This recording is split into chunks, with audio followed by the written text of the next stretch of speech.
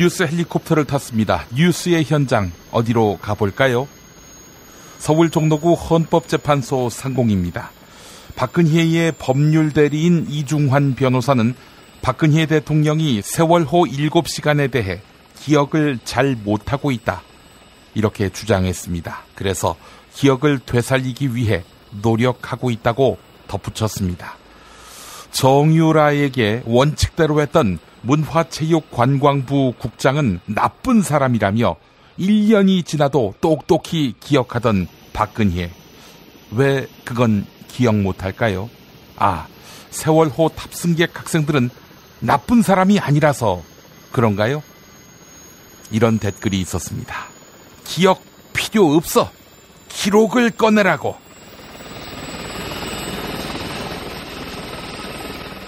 서울 종로구 김종인 더불어민주당 전 대표 집 상공입니다. 김종인 전 대표는 노욕이다, 셀프다 하는 온갖 수모를 다 참아가며 오늘의 원내 제1당을 이루었다며 불만을 표출했습니다. 누구에게? 당내 문재인계에게 말입니다.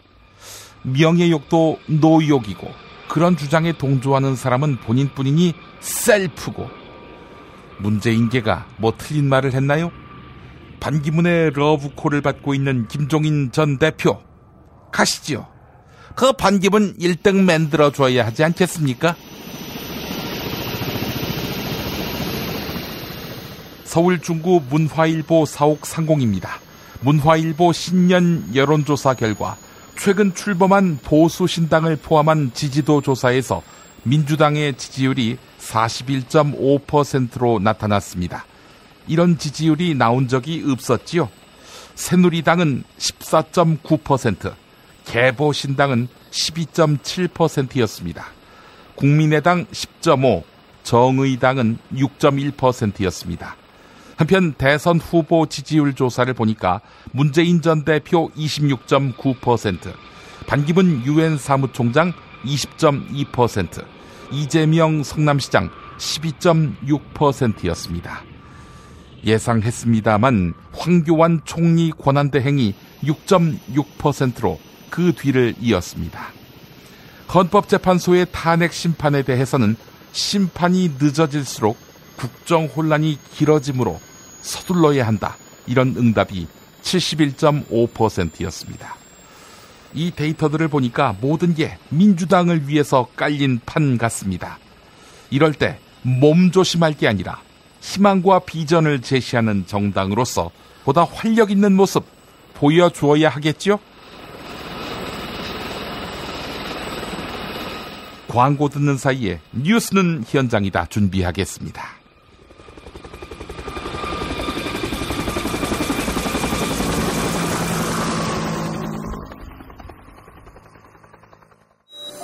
생활고 때문에 건강보험료를 내지 못한 사람들에게 병원은 사치입니다. 당신의 기부가 누군가에겐 건강할 권리를 찾는 소중한 기회가 됩니다. 검색창에 아름다운 재단을 검색해주세요. 야, 근데 홍어가 진짜 그렇게 몸에 좋아? 아니, 끝내준다니까. 근데 비싸지? 열나 싸고 열나 맛있는 홍어가 있다니까. 어디? 알싸한 홍어. 네이버 검색창에 알싸한 홍어를 검색하시고 1599-6456 전화 주문도 가능합니다. 노력한 만큼 내어주는 자연, 그 자연의 마음을 알기에 정성농장 홍삼. 검색창에서 정성농장 홍삼을 검색해주세요. 010-9754-6972. 다이어트를 위한 꿀팁. 동결건조 채소와 곡물, 단백질, 그리고 효소와 비타민, 미네랄로 만든 다이어트 전용 그린 스무디로 하루 한두 끼만 바꿔 드세요. 비타샵에서 만나요. 요즘 민주주의가 거꾸로 간다고들 하지요. 역사 국정 교과서 발표로 시끄럽기도 하고요. 지금 꼭 읽어야 할 책 같은데요. 완전히 새로운 한국 현대사, 한국 현대 생활문화사. 도서출판 창비. 조선에 딸로서 잘하는 죄밖에 없는데. 남북 통일 만세! 새날이 올 때가 불리한 진술을 거부할 수 있습니다. 김무성 나와! 이런 민주주의를 알아, 이 새끼야!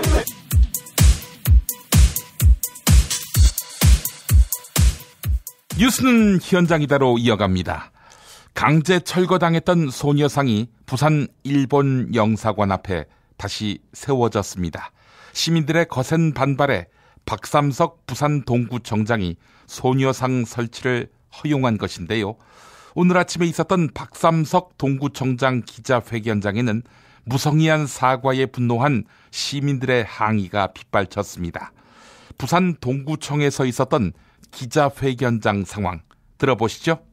어쨌든 여러 가지 이런 오늘까지 기자회견까지 온 데 대해서 구청장으로서 여러분과 많은 관심을 가진 시민들에게 여러분에게 사죄의 인사를 드립니다. 한 가지만 더요. 아니, 파손됐어요, 소녀상이. 파손됐어요. 파손됐습니다. 어떻게 했습니까? 소녀상 파손됐어요. 파손됐어요. 어떻게 저희가 밝히고 가세요. 내가 안 봤어. 파손됐으면 우리가 그걸 알고 계신 거 있습니까? 아무것도 없이. 아니, 어디 가십니까? 여기 그냥 도망가세요. 도망가지 마세요.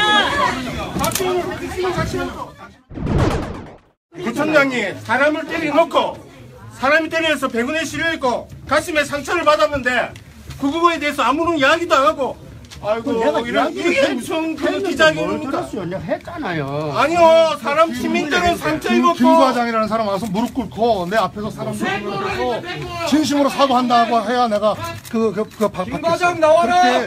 그렇게 나오지 그 사람 나오지도 않고 말이죠. 그 구청장님 가지고는 그게 내가 받아들이지 못하겠고. 아까 요 과장님이 물어보면 도대체 어디 있었습니까? 그러니까 그 소녀상은 어디 이야기는 안 하시고 밝히세요. 어디에 있었단 말인지를 정확하게 밝혀주세요. 관계자 부르세요. 자, 오늘 어디 있는지 밝혀주세요. 오늘 한 번 더 마무리합시다. 자리에 앉으십시오. 일로 가시고 오세요, 소녀상. 자꾸 소란을 피운다고 지금 이걸 소란이라고 얘기하시면 안 되죠. 구청장님, 저희가 소란을 피웠으니까 그날 수십 명의 시민들이 구청장 지시하에서 땅바닥에 울부짖었어요. 그게 소란입니까? 그러지 말고 구청장님만 그렇고 우리는 소란이라고 보십니까? 그게 말이 됩니까? 자, 자리에 앉으시오. 다 눈물을 흘렸어, 눈물을. 울었어. 그게 소란으로 보여요? 눈물을 흘렸다면 나도 눈물을 흘립니다. 왜 흘렸어요? 왜 흘려요? 왜 그러냐? 아니 우리가 왜 소란을 부린지 아직도 이해 안 되십니까? 일본 사람입니까? 그렇게 자꾸 반복하는 그런 말씀하시면 구청장은 국민의 자존심을 짓밟았습니다. 자리에 앉아보세요. 저는 그러니까 일본의 앞잡이라 얘기 듣는 겁니다. 임명진 새누리당 비상대책위원장이 이정현 의원과 최경환 의원 등 친박 핵심 인사들에게 자진 탈당을 요구했습니다. 대통령 박근혜를 등에 업고 호가호위한 세력은 책임을 지라 이건데요. 오늘 새누리당사에서 있었던 임명진 비상대책위원장 기자회견 내용 들어보시겠습니다. 우리 당이 이렇게 된 거는 1, 2년 사이에 4년, 가깝게는 4년, 1, 2년 사이일지 모르지만 역사가 오래니까 다 거슬러 올라가자면 한이 있습니다.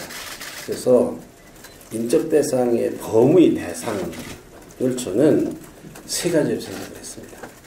첫째로는 박근혜 정부와 과거 4년 그리고 박근혜 정부 하에서의 새누리당 지나간 4년 동안 책임이 있었던 자리에 있었는데 제대로 역할을 하지 못한 사람들. 당대표면 당대표, 또 정부의 중요한 직책에 들어갔었던 당의 이름을 가지고 당의 당원으로서 들어갔던 사람.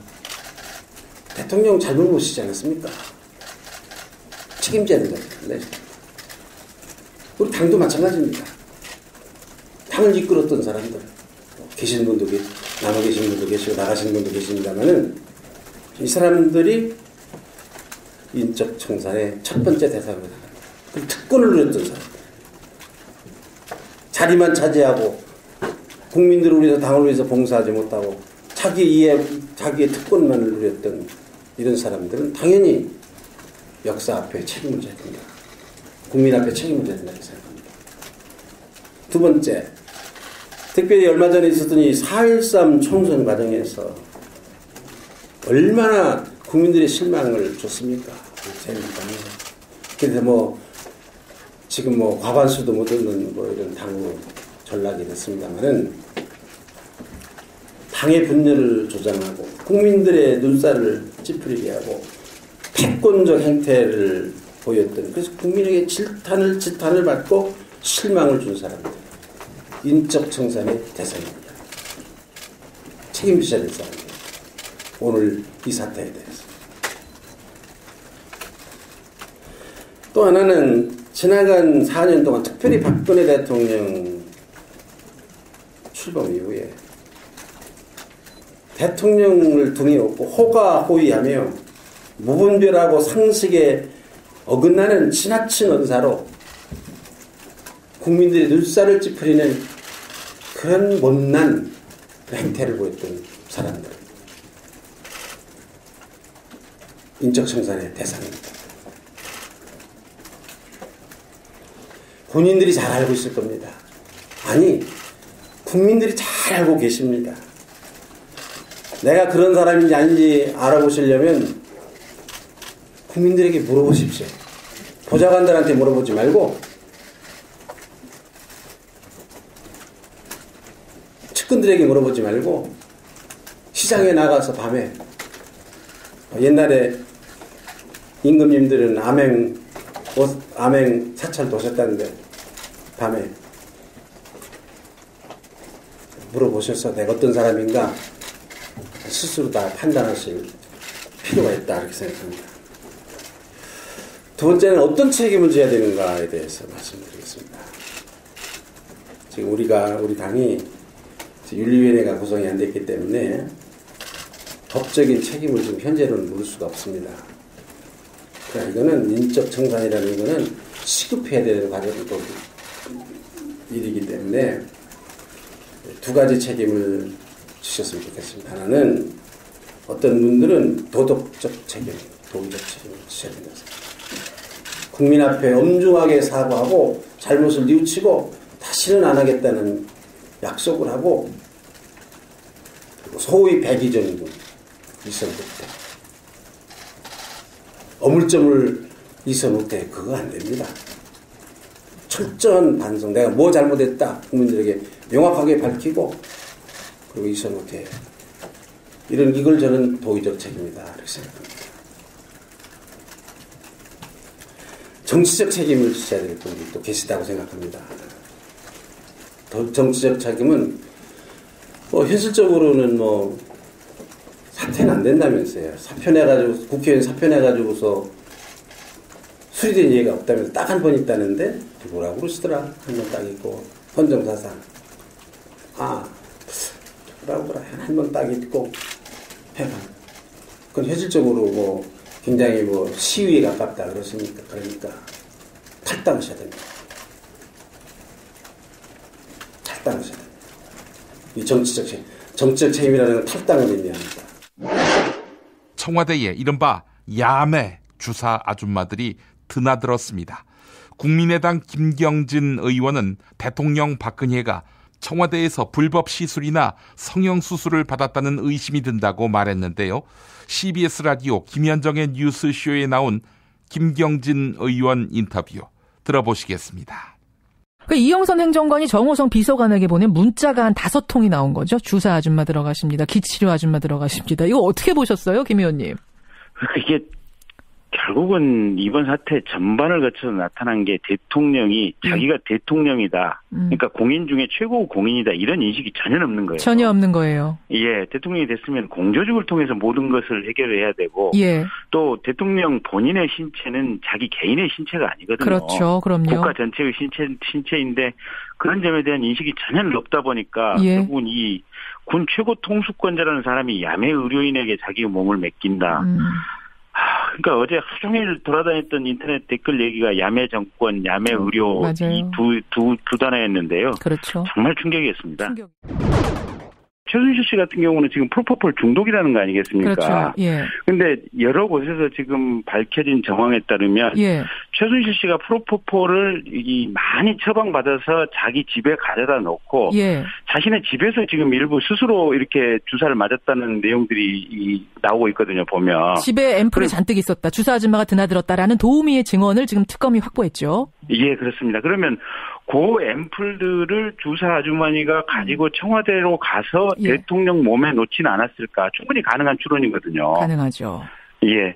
그래서 이런 부분은 특검이 좀 정확하게 좀 수사를 해서 밝혀내야 될 부분입니다. 예, 그냥 단순히 무허가 시술자에게 의료행위를 받았다. 이 정도가 아니라 저는 혹시 우리가 지금 밝히고자 하는 세월호의 7시간 그것과도 관련된 부분은 없는지까지도 깊이 들어가 봐야 될 것 같고요. 특검이 주목할 부분이 많은 것 같습니다. 단순한 문자는 아닌 것 같습니다. 또 하나 저는 화가 나는 부분이 국회 청문위원들은 지난주에 청와대 들어가려다가 실패하셨죠, 김 의원님. 예, 그렇습니다. 보안시설이라고 안 된다고 했잖아요. 근데 예, 국회의원도 못 들어가는 이곳을 이른바 야매 주사 아줌마는 어떻게 프리패스로 들어갔는가 아까도 잠깐 지적하셨습니다만 저는 이 부분이 제일 화나요. 그러니까 이영선 씨가 밖에 나가서 그냥 차에 태워서 무시로 데리고 들어갔다는 거 아니겠습니까? 그렇죠. 네. 예, 그렇게 해서 들어간 사람이 천은택 씨 같은 분들, 또 김영재 의사, 또 지금 이름을 밝히지 않은 분들, 그다음에 최초에 정성주 씨, 정매주 씨 자매 같은 부분도 청와대에서 전혀 그 7시간 해명과 관련해서 얘기를 않고 있다가 네. 이게 나중에 이제 보도가 나오니까 그때서 지금 이 정식으로 뭐 계약을 한 계약직 직원이다 뭐 이런 식으로 설명을 하고 있지 않습니까? 그래요. 예. 그러니까 헌법재판소에서도 보면 7시간을 대통령 보고 이 시간 단위로 이렇게 적극적으로 좀 소명을 하라라고 얘기를 하는데 아직까지도 답변을 못 내놓고 있거든요. 그렇죠. 그렇죠. 답을 못 내놓고 있다고 하는 것은 예. 방금 앵커께서 말씀하신 대로 그 시간 중에 특정한 시간대는 분명히 뭔가 밖으로 밝힐 수 없는 불법적인 행위가 있었다. 그러니까 그 중에 하나가 뭔가 이런 주사 아주머니가 간 주사라든지 아니면 뭐 성형수술이라든지 이런 부분이 있었다고 볼 수밖에 없습니다. 최태민이 타살당했다. 그의 아들 최재석 씨가 주장했습니다. 최태민이 1993년 당시 보유하고 있던 1조 원의 재산을 누군가에게 돌려주어야겠다고 말하자 그 이후 이상한 죽음을 맞았다는 것입니다. TBS 라디오 김어준의 뉴스공장에 출연한 고발뉴스 이상호 기자 인터뷰 들어보시겠습니다. 역삼동 집의 본가에 지하에 200평 되는 창고가 있었는데 거기 운보 그림, 뭐 이게 명화들이 400점 가량 있었고 400점. 네네. 그다음에 이제 동산에 대해서 말씀드리는 거예요. 그다음에 안방을 지나면 박근혜 씨가 오면 머물던 내실이 별도로 있었대요. 안방 지나서. 내실이 별도로 있었고. 그 내실이 5평 정도 됐는데 그 옆에 금고가 4평짜리가 있었다는 거예요. 금고가 4평이요? 금고 하나가 있었다 아니라 금고 4평이 있었다고요? 그렇죠. 네. 거기를 아버님이 자기를 들여보내줬는데 거기 골드바랑 CD 있잖아요. 조흥은행 CD가 많았대요. 아, 전환사채. 네. 금괴, 소위 말하는 금괴와. 네. 전환사채. 현금 같은 거는 그냥 말할 것도 없고, 현금도 많았는데. 달러 같은 것도 있었겠지, 물론. 그렇겠죠. 네. 이게 그런데 대략 얼마 정도 된다고 그랬답니까? 그때 당시 한 1조 정도 된다고 그랬어요. 1조요? 그때 당시로. 이분은 최태민 씨가 타살됐다. 그러니까 돈을 돌려주겠다라고 하는 거를 눈치채고 누군가가 살해했다. 아마 우리 김어준 씨도 알겠지만 이쪽 동네를 취재하다 보면 이상한 죽음이 많아요. 의문사가. 많죠. 네, 그래서 요 부분에 대해서 구체적으로 취재를 해봤는데 아무래도 고발을 해야 될 것 같아요. 살인 혐의로. 아, 그 정도 정황이 나오고 있습니까? 네, 정황이 아니라 팩트들이 나온 게 몇 가지 있는데 간단하게 보고를 드리면 지금 최순실 씨가 이제 호주 승계를 하면서 이후 언론 인터뷰를 한단 말이에요. 우먼 센스랑. 네. 아버지는 94년 5월 1일 아침 8시 30분에 집에서 돌아가셨다. 예. 세브란스 병원에서 장기 입원하던 만성 신부전이 악화돼서 돌아가셨다. 이렇게 돼 있단 말이에요. 네. 그래서 저희가 세브란스 병원에서 떼어봤어요. 의료 기록을. 예. 그랬더니 경쾌한 상태로 퇴원했어. 아주 건강하게. 악화되지 않았어. 네. 그리고 3월 28일, 3월 30일 사망하기 한 2달 전까지 외래 기록지를 보면 그냥 이분이 무릎 통증을 좀 호소하셨어요. 무릎 통증으로 외래 다닌 것밖에 없어. 그리고 건강했다. 한마디로 말해서. 네, 뭐 물론 뭐 노인이시니까. 네. 근데 대체로 건강했고 세브란스 병원은 사망 진단서를 교부한 바가 없어요. 오. 근데 이러던 와중에 중요한 제보자를 또 만났어요, 저희가. 그러니까 대한민국에서 되게 유명한 호텔이에요. J호텔의 H 회장님이에요. 처음 밝히는데. 매체 보면 몇 명 나올 거야. 근데 네. 이 회장님한테 들었어. 당시에 5월 1일 날 돌아가시지 않았다는 거예요. 5월 1일 날 돌아가시지 않았다? 네. 4월 18일 날 돌아가셨대. 저희가 뭐 삼성그룹도 약간 비슷한 현상이 있는데 재산 정리 문제 때문에 사망신고를 안 했다는 거예요. 사망신고를 안 했다. 네. 그리고 실제로 5월 1일 날 집에서 사망하셨으면 119를 부르던가 경찰을 불러야 되잖아요. 네. 저희가 근데 박주민 의원실이랑 같이 경찰청에 확인해 보니까 변사 신고도 안 돼 있어. 119에도 접보가 안 돼 있어요. 사망일자도 다르고 사망진단서를 네. 끌어준 적도 없고 그리고 사망과 관련한 신고도 없고 네네. 그리고 그 전에는 최태민 씨가 아들 최재석 씨를 불러서 이 돈을 돌려줘야 되겠다고 한 일이 있고 그런데 그 일이 있은 후에 이런 식의 이상한 죽음을 맞이했다. 건강한 사람이었는데. 참 김어준 씨 정리 참 잘하시네요.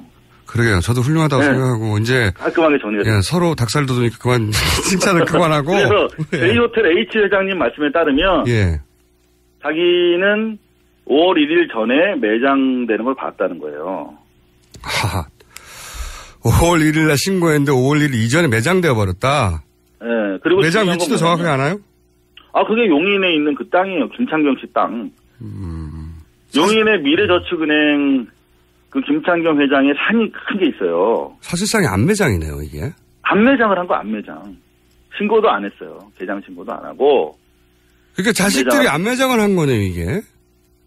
안매장 한 거라니까요. 근데 이제 최재석 씨는 살인했을 것이다. 라고 보는 거고 일단 아빠가 집에서 돌아가시는데 경찰 신고도 안 하고 119도 안 부르는 게 이상하잖아요. 말도 안 되죠. 마치 최소한 죽이거나 죽기를 기다렸던 것처럼.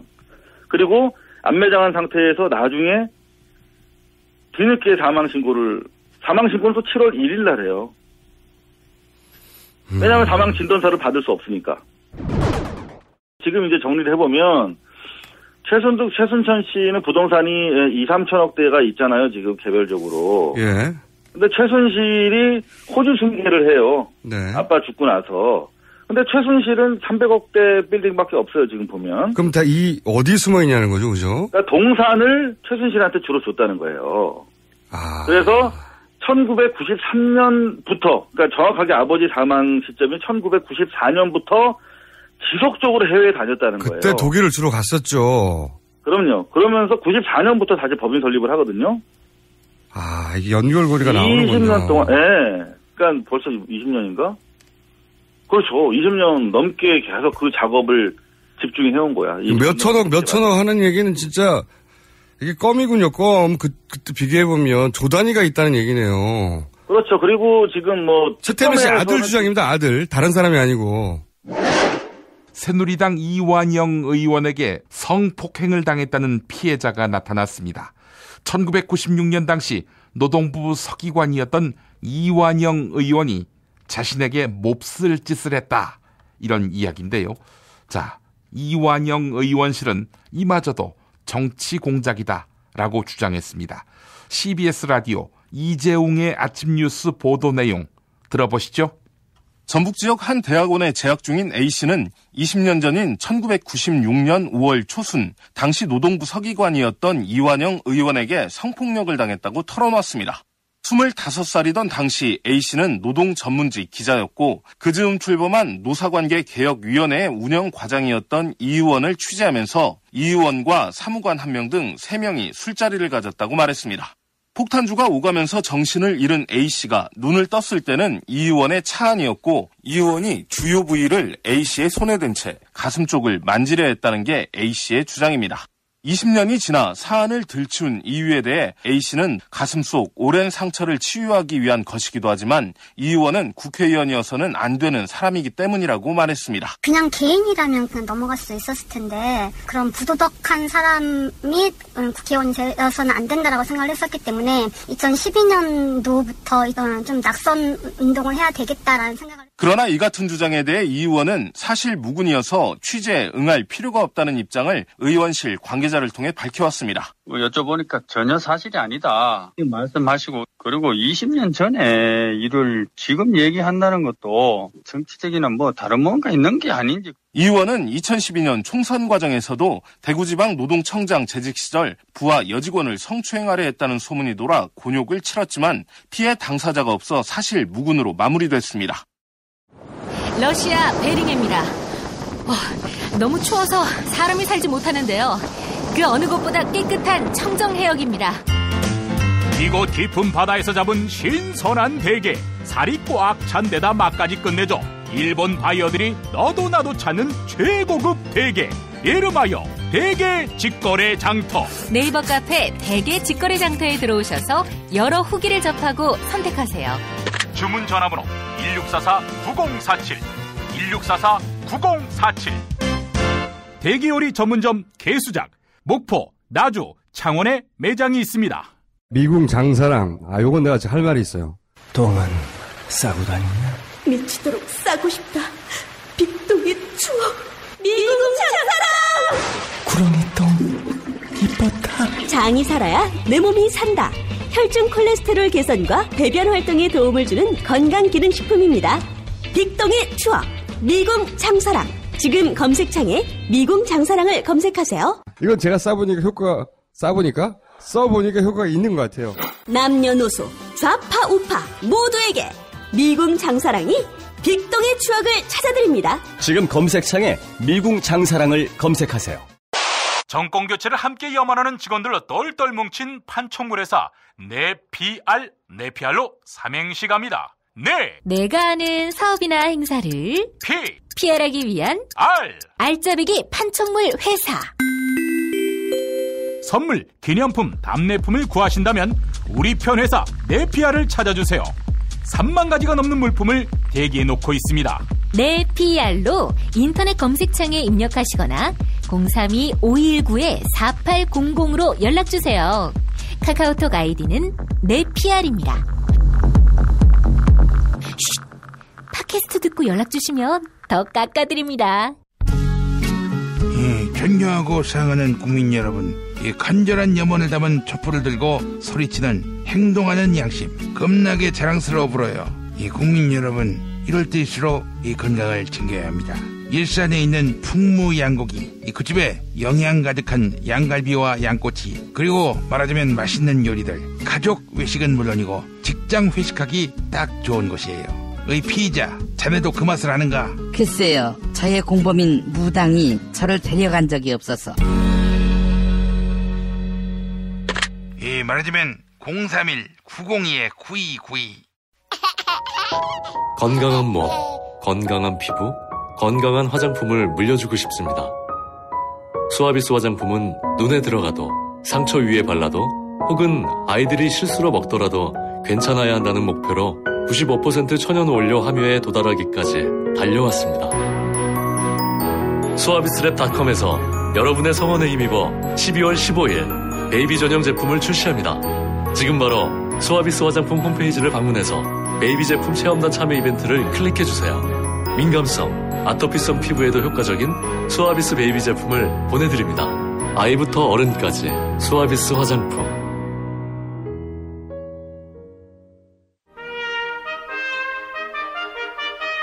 피튀기며 박학다식을 뽐내는 퀴즈, 피박 퀴즈.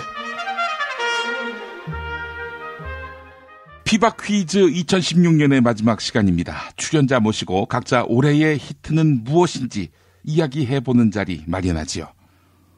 안녕하십니까. 뭐니 해도 히트 중에 히트는 올 연말 새누리당을 탈당함으로써 정치혁명을 이룬 것이지요. 정치혁명가 인사드립니다. 이봐 당신의 올해 최고의 히트는 이거 아니었나? 옥수에 들고 나르샤.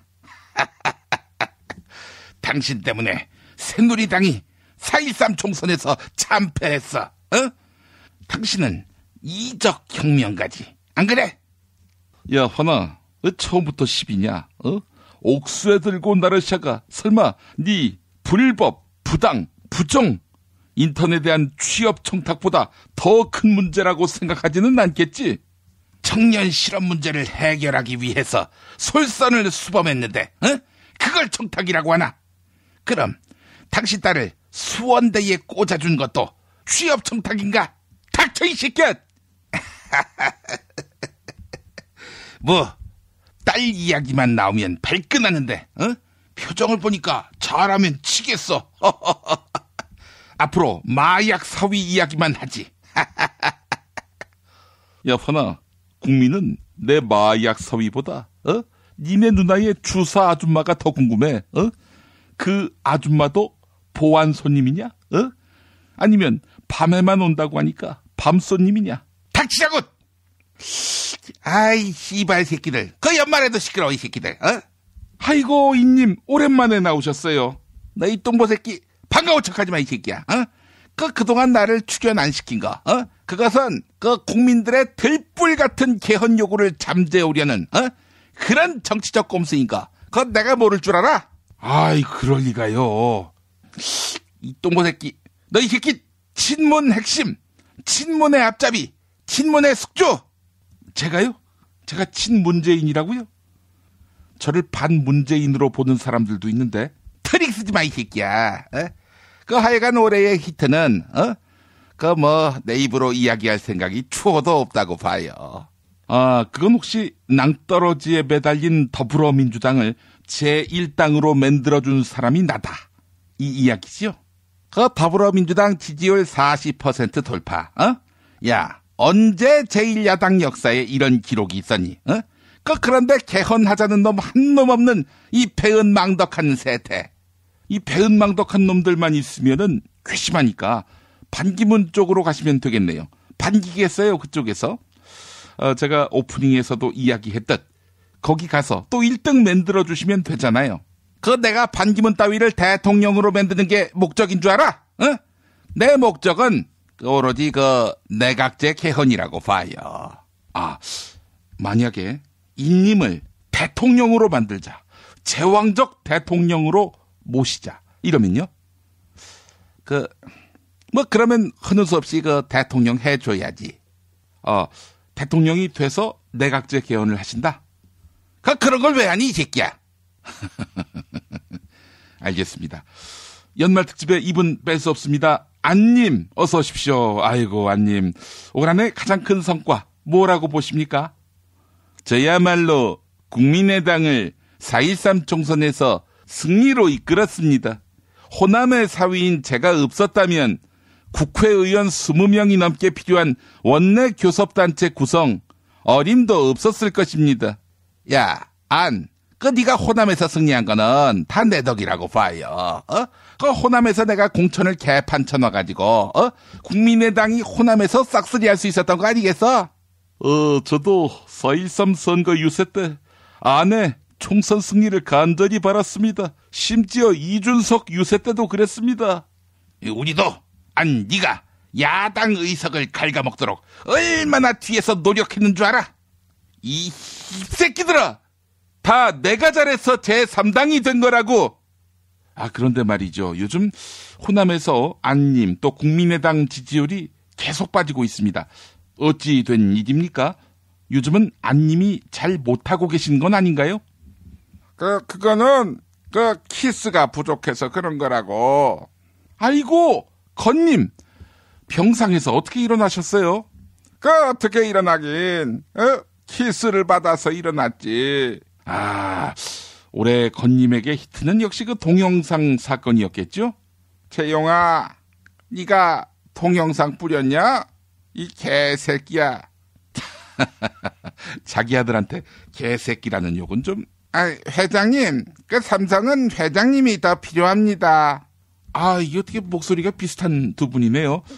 지금 방금 말씀하신 분은 올해 최고의 스타 정치권의 새별 발발이 완님이시군요. 맞죠? 아니, 제가 발발이라니 말씀이 지나치신 거 아닙니까? 이건 정치 공작입니다. 두 분 목소리가 너무 비슷해서 이게 권님이 갑자기 목청을 높이는 것 같은 그런 느낌도 드는데 말이죠. 아니 근데 완님, 그 피해자가 증언했잖아요. 20년 전에 완님으로부터 성폭력을 당했다고. 그거는 위정교사를 한 겁니다. 하여간 완님은 살인 빼고는 다 하신 것 같아요. 위증교사, 뇌물수수, 성폭력. 그래도 마약은 안 했어요. 아니, 드라마 봐야 하는데 누가 이렇게 시끄럽게 떠듭니까? 아이고, 길라임. 아니, 최보정님이신가요? 아, 청와대 백수 누님께서 오셨습니다. 여러분, 씹새끼.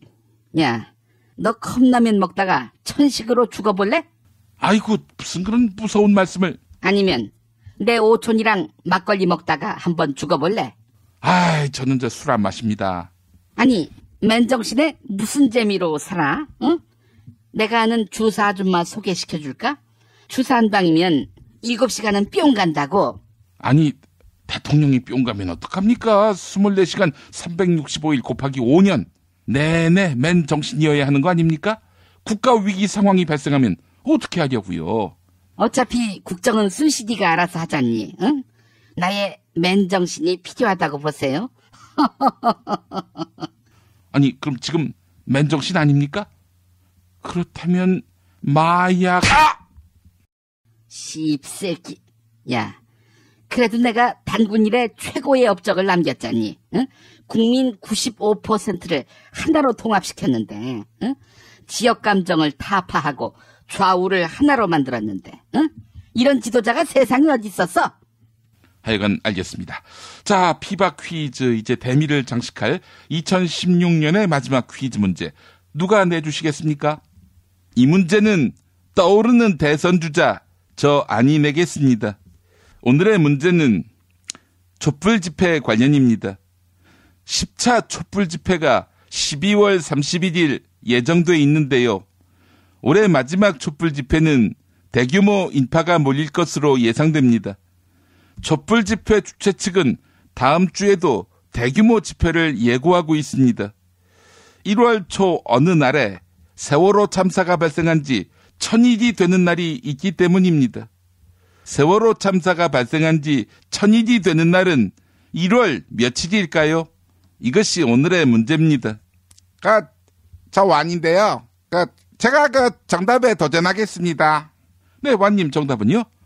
정답은 1월 18일. 이봐, 완. 자네는 18밖에 모르나? 어? 이 정답은 1월 1일. 맞다. 환희는 일을 좋아하지. 그래서 혼자 탄핵 기권표를 던졌잖니. 서회자, 정답 바로 가자. 정답은 내가 제일 좋아하는 숫자 29, 1월 29일. 네, 1월 29일, 29. 새누리당을 탈당한 개보신당 국회의원 수가 29명이어서 그런 모양인데 하여간 정답 아니었습니다. 애청자 여러분이 맞히셔야 할 것 같네요. 정답 맞히시는 분께는 세상에서 가장 맛있는 김치 이담채 김치, 유전자 변형 곡물 화학 첨가물을 전혀 사용하지 않는 과자, 뼈를 따다 구운 과자 함께 보내드리겠습니다. 팟빵 게시판에 정답, 이메일 주소, 사연 남겨주시기 바랍니다. 피박 퀴즈 내년에 뵙겠습니다.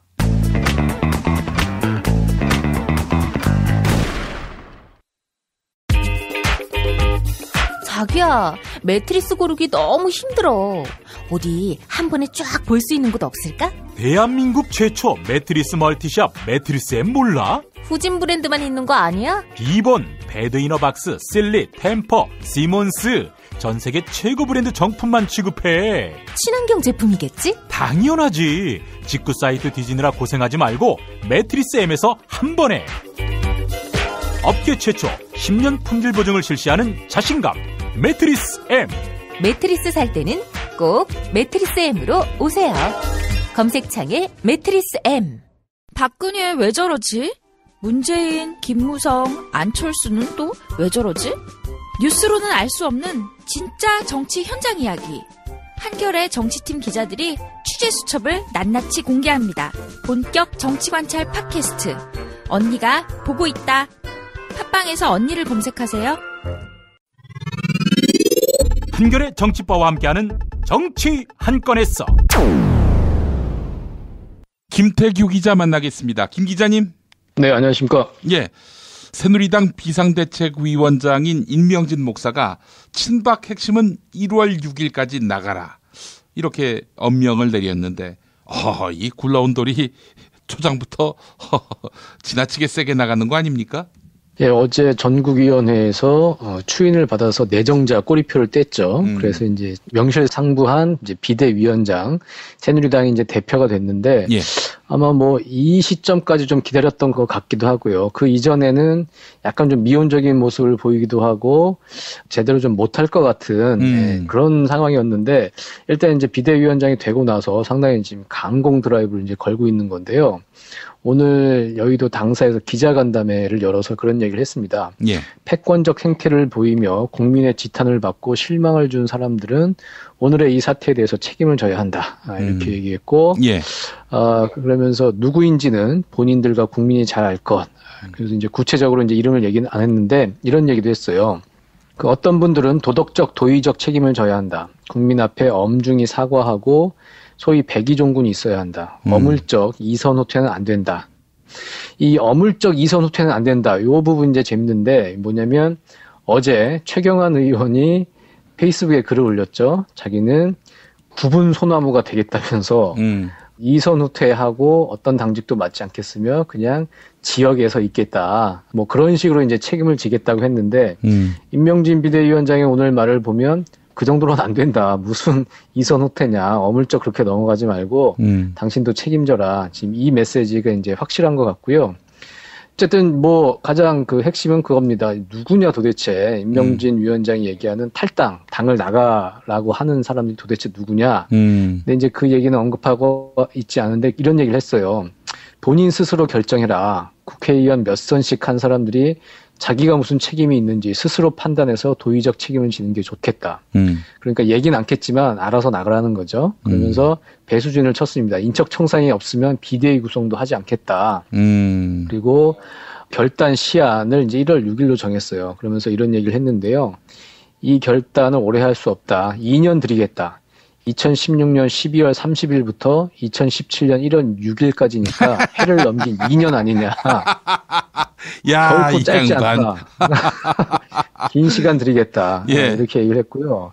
그때까지 기다린 뒤에 만약에 가시적인 조치가 이루어지지 않으면 1월 8일에 본인의 거취를 밝히겠다. 이렇게 얘기를 했습니다. 뭐 비대위원장 안 하고 그냥 깰 수도 있다는 얘기인 거죠. 예. 어쨌든 지금까지 내정자 꼬리표를 떼기 위해서 비대위원장 추인을 받기 위해서 어느 정도 이제 몸을 좀 낮추고 있던 임명진 위원장이 이젠 비대위원장이 되고 난 이후에 정말로 새누리당 인적 청산을 제대로 해보겠다. 지금 그 의지를 보이고 있는 거고. 예.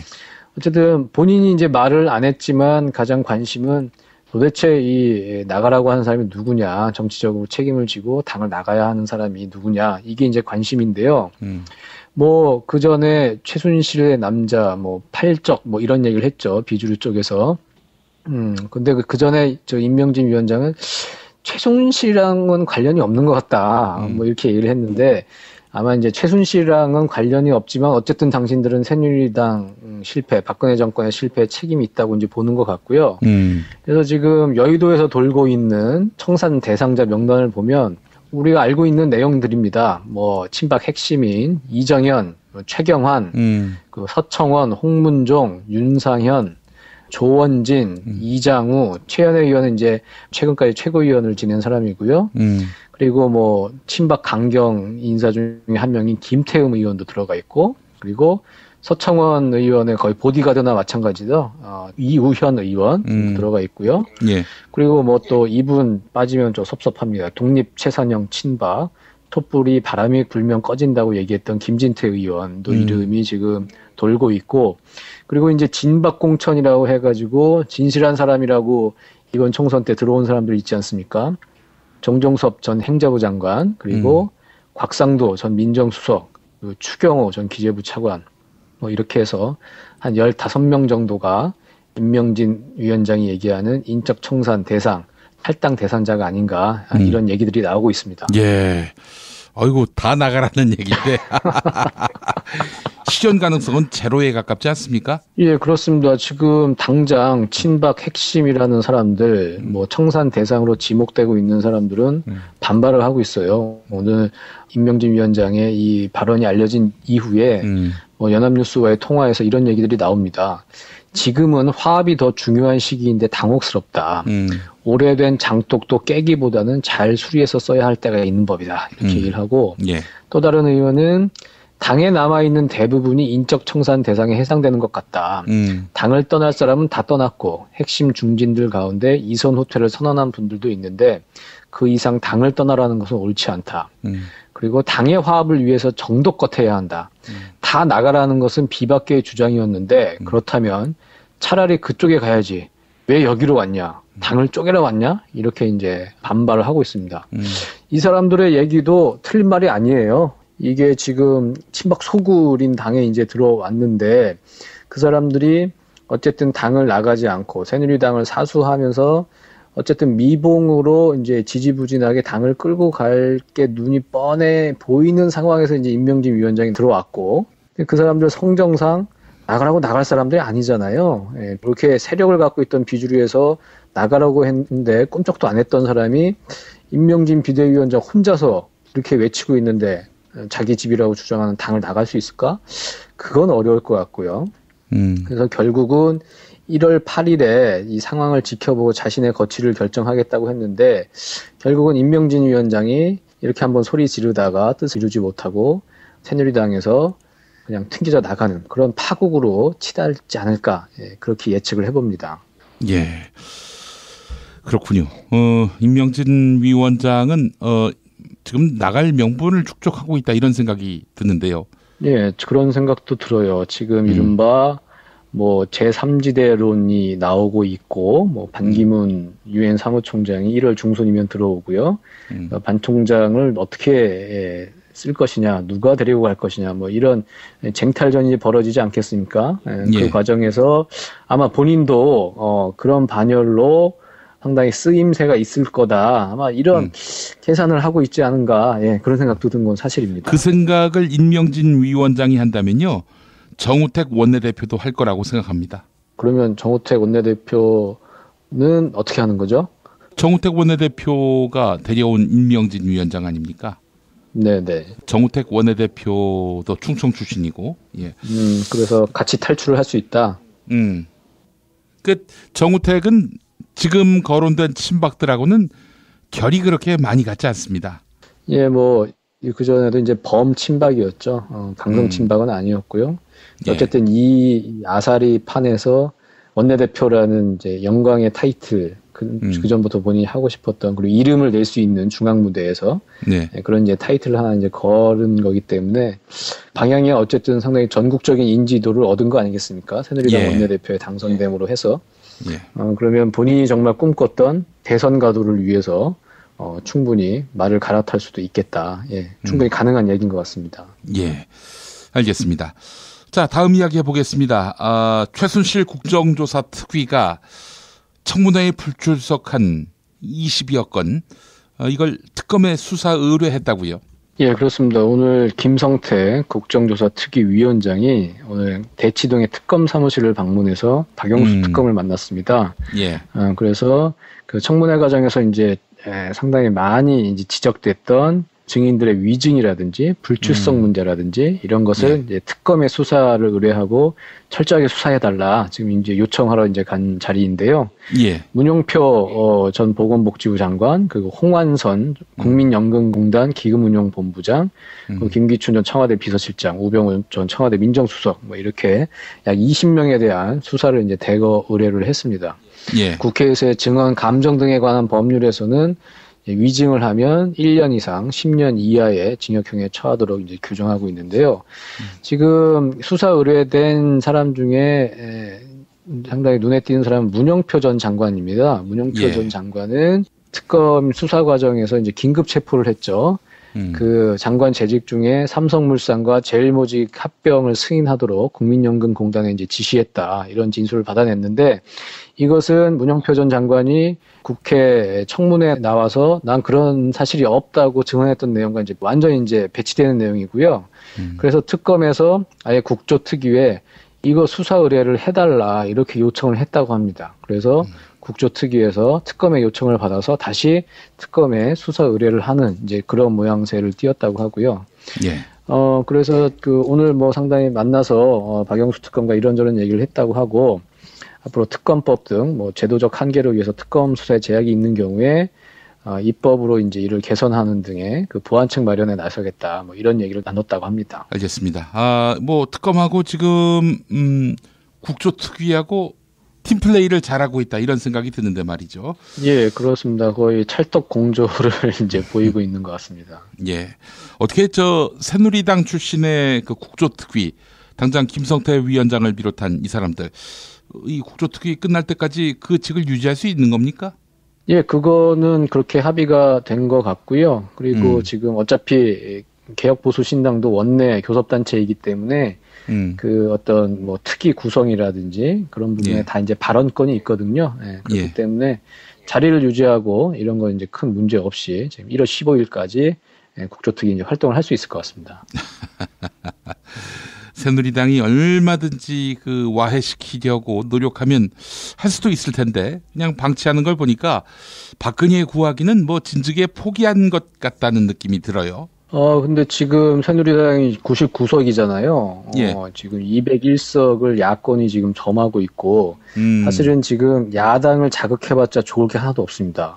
야사당이 맘만 먹으면 무슨 법안이라도 다 처리할 수 있는 상황이기 때문에. 개헌도 가능한? 그렇죠. 예, 개헌 발의도 이제 가능한 상황이고, 새누리당이 지금 예전처럼 그냥 자기네들 그냥 뜻대로 뭘 할 수 있는 상황이 아닙니다. 상당히 야당 눈치도 많이 봐야 되고, 조심스럽게 신중한 행보를 보여야 되는 상황이어서 그렇게 예전처럼 막무가내로 아주 패악질을 할 수가 이제 없는 상황이고, 아까도 이제 김성태 위원장이 박영수 특검을 만나서 수사하는데 어려움이 있으면 뭐 특검법도 보완을 하겠다 이런 얘기를 했는데 당장 이제 더불어민주당이 특검법 개정 이제 의견을 이제 밝혔습니다. 뭐냐면 현재는 그 특검법의 수사 범위를 특검법 안에 제시된 14개 수사 항목과 관련된 것만 수사할 수 있게 되어 있습니다. 그러니까 뭐 청와대 문건 유출, 그리고 미르 K재단의 기부금 출연 강요 의혹, 정유라의 그 2대 특혜 의혹, 뭐 이렇게 이제 14개가 규정되어 있고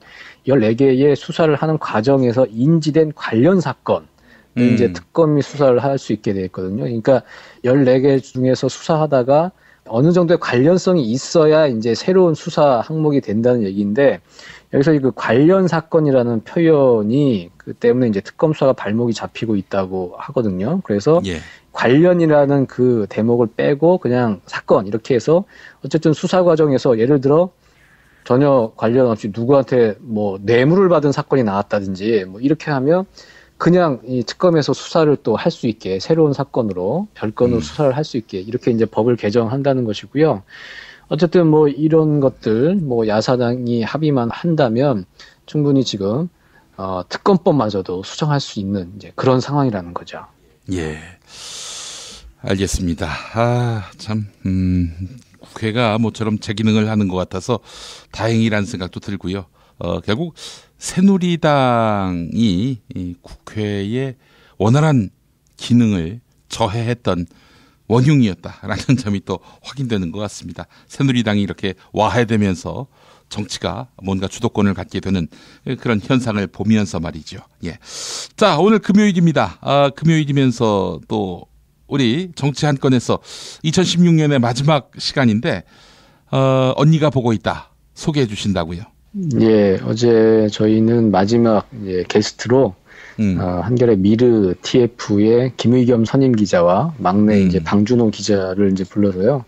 지금 그 미르 TF는 이제 거의 이제 해산을 하고 이제 시즌 2를 이제 준비를 하고 있는데 어쨌든 거의 4개월 동안 그 취재를 했죠. 9월 초에 팀이 이제 결성이 돼서 최순실의 이름을 처음 등장을 시켰고 정유라 2대 입학 부정이라든지 이런 부분을 이제 다 밝혔는데, 예. 뭐 그간의 소회를 이제 물어봤습니다. 그 팀장이었던 김의겸 기자는 취재 초기만 해도 깊게 잠을 못 자고 중간에 잠을 깨는 일이 되게 많았대요. 그런데 그 박근혜 대통령 탄핵안이 통과된 12월 9일 이후부터는 거의 지금 잠이 쏟아져서 거의 신생아처럼 잠을 엄청나게 몰아서 자고 있다고 하고요. 그리고 막내인 방준호 기자는 취재 기간 중에 그 최순실 게이트 관련된 사람들이 꿈에 그렇게 많이 나타났대요. 꿈에 나타나서 네. 최순실 씨는 나타나지 않았는데 정유라 씨가 나타나서 이렇게 펑펑 울면서 무슨 얘기를 그렇게 많이 했다고 합니다. 근데 많은 얘기를 했는데 도대체 무슨 얘기를 하는지 그 목소리는 들리지 않는 참 기자 입장에서는 그게 얼마나 안타까웠을까 싶기도 하고 뭔가 꿈에서라도 단서가 될 만한 본인의 얘기를 들을 수 있었을 것 같은데 그 목소리가 들리지 않아서 상당히 이제 안타까웠다고 하고요. 예. 그리고 김의겸 기자는 저희가 최순실의 측근이 K스포츠 재단 이사장이 됐다. 최순실이 지금 재단을 이끌고 있다. 주도적으로 움직이고 있다. 첫 보도를 한 이후에 그 직후에 언니가 보고 있다에 이제 출연을 한 적이 있었거든요. 그때 뭐라고 얘기를 했냐면 최순실은 교양이 없는 사람이다. 그러니까 그렇게 별로 능력이 없는 사람이기 때문에 최순실 윗선에 뭔가 좀 보이지 않는 뭐 박근혜 대통령뿐만 아니라 또 누군가가 있을 것이다. 물론 이제 박근혜 대통령을 이제 몸통으로 지칭하긴 했는데 그런 얘기를 한 적이 있었어요. 근데 그 부분에 대해서 이제 물어보니까 그 이후에 취재를 해보니까 최순실이 가지고 있는 역량은 우리가 생각하는 것 이상이었다. 이렇게 얘기를 했습니다. 그러니까 교양은 없을지 모르겠지만 상당히 동물적이고 감각적으로 사람을 부릴 줄 알고 그리고 논리적이라기보다는 직관적으로 문제를 해결하고 사람을 휘어잡는 능력이 뛰어났다는 거죠. 그러니까 박근혜 대통령만 해도 온실 속에서 공주로 살아왔고 소녀적 감성으로 지금까지 살아왔는데 그런 박근혜와 비교했을 때 최순실은 야전을 오가면서 여러 가지 투쟁을 하고 그러면서 비선 권력을 쟁취할 수 있었다. 그렇기 때문에 그전에는 최순실이 참 별 볼 일 없는 사람이라고 생각을 했는데 지금 와서 취재를 다 해놓고 보니까 최순실은 그래도 상당히 역량이 대단한 사람이었다. 어쨌든 국정을 농단할 만큼의 그런 역량은 되는 사람이었다. 이제 이런 얘기를 했고요. 그리고 세월호 7시간 비밀에 대해서 김의겸 선임 기자는 이제 두 가지 가능성을 얘기를 했습니다. 첫 번째는 아무것도 하지 않고 그냥 퍼져 있었거나 박근혜 대통령이 그리고 전날에 어떤 시술을 하고 후유증으로 아침을 맞이했을 상황 뭐 이런 두 가지 이제 가능성을 제시를 했는데 어쨌든 지금 확실한 것은 그날의 사태의 심각성을 확인하고도 미용사를 불러서 올림머리를 했다는 거 아니겠습니까? 그 부분에 대해서 김의겸 선임 기자는 어떻게 해석을 했냐면 일단 이런 얘기를 했어요. 갓난아이가 방치돼서 죽었을 때 만약 그 아이 엄마가 예를 들어서 게임에 빠져서 아이를 돌보지 않았다면 오히려 설명이 된다는 거죠. 그런데 아이가 배가 고프다고 죽도록 우는데도 아무 생각 없이 가만히 있어서 아이를 죽게 했다면 그건 정말로 소름 끼치고 소스라치게 놀랄 일인데 박근혜 대통령이 바로 그렇게 했다. 그렇기 때문에 정말로 공감 능력도 전혀 없고 용서가 안 되는 이제 그런 일이라고 했고요. 어제 또 같이 출연했던 김남일 기자 지금 특검팀에 이제 파견이 돼 있는데 그런 얘기를 했습니다. 이번 특검은 사실은 박근혜 처벌보다 중요한 것은 삼성에 대한 처벌이라는 거죠. 이게 국민연금, 국민의 노후자금을 가지고 이재용의 경영권 승계에 악용했다는 것. 이거는 정말로 전 세계적으로 유례가 없는 일인 것이고 어떤 삼성의 민낯이 드러난 이 의혹이 사실로 확인된다면요. 정말로 이건 용서할 수 없는 중범죄인데 2008년 삼성 비자금 사건 때도 그랬지만 지금도 슬금슬금 수구 기득권 세력들이 삼성을 옹호하는 그런 그 이데올로기, 그런 논리들을 지금 제공을 하고 있습니다. 예를 들어 뭐 엊그제 뭐 한국경제신문에 뭐 칼럼도 나왔던데요. 외국 투기자본 그 엘리엇의 공세에 맞서서 삼성물산과 제이모직의 합병을 지원한 국민연금이 뭐가 잘못한 거냐. 뭐 이런 식의 논리들이 나오고 있다는 거죠.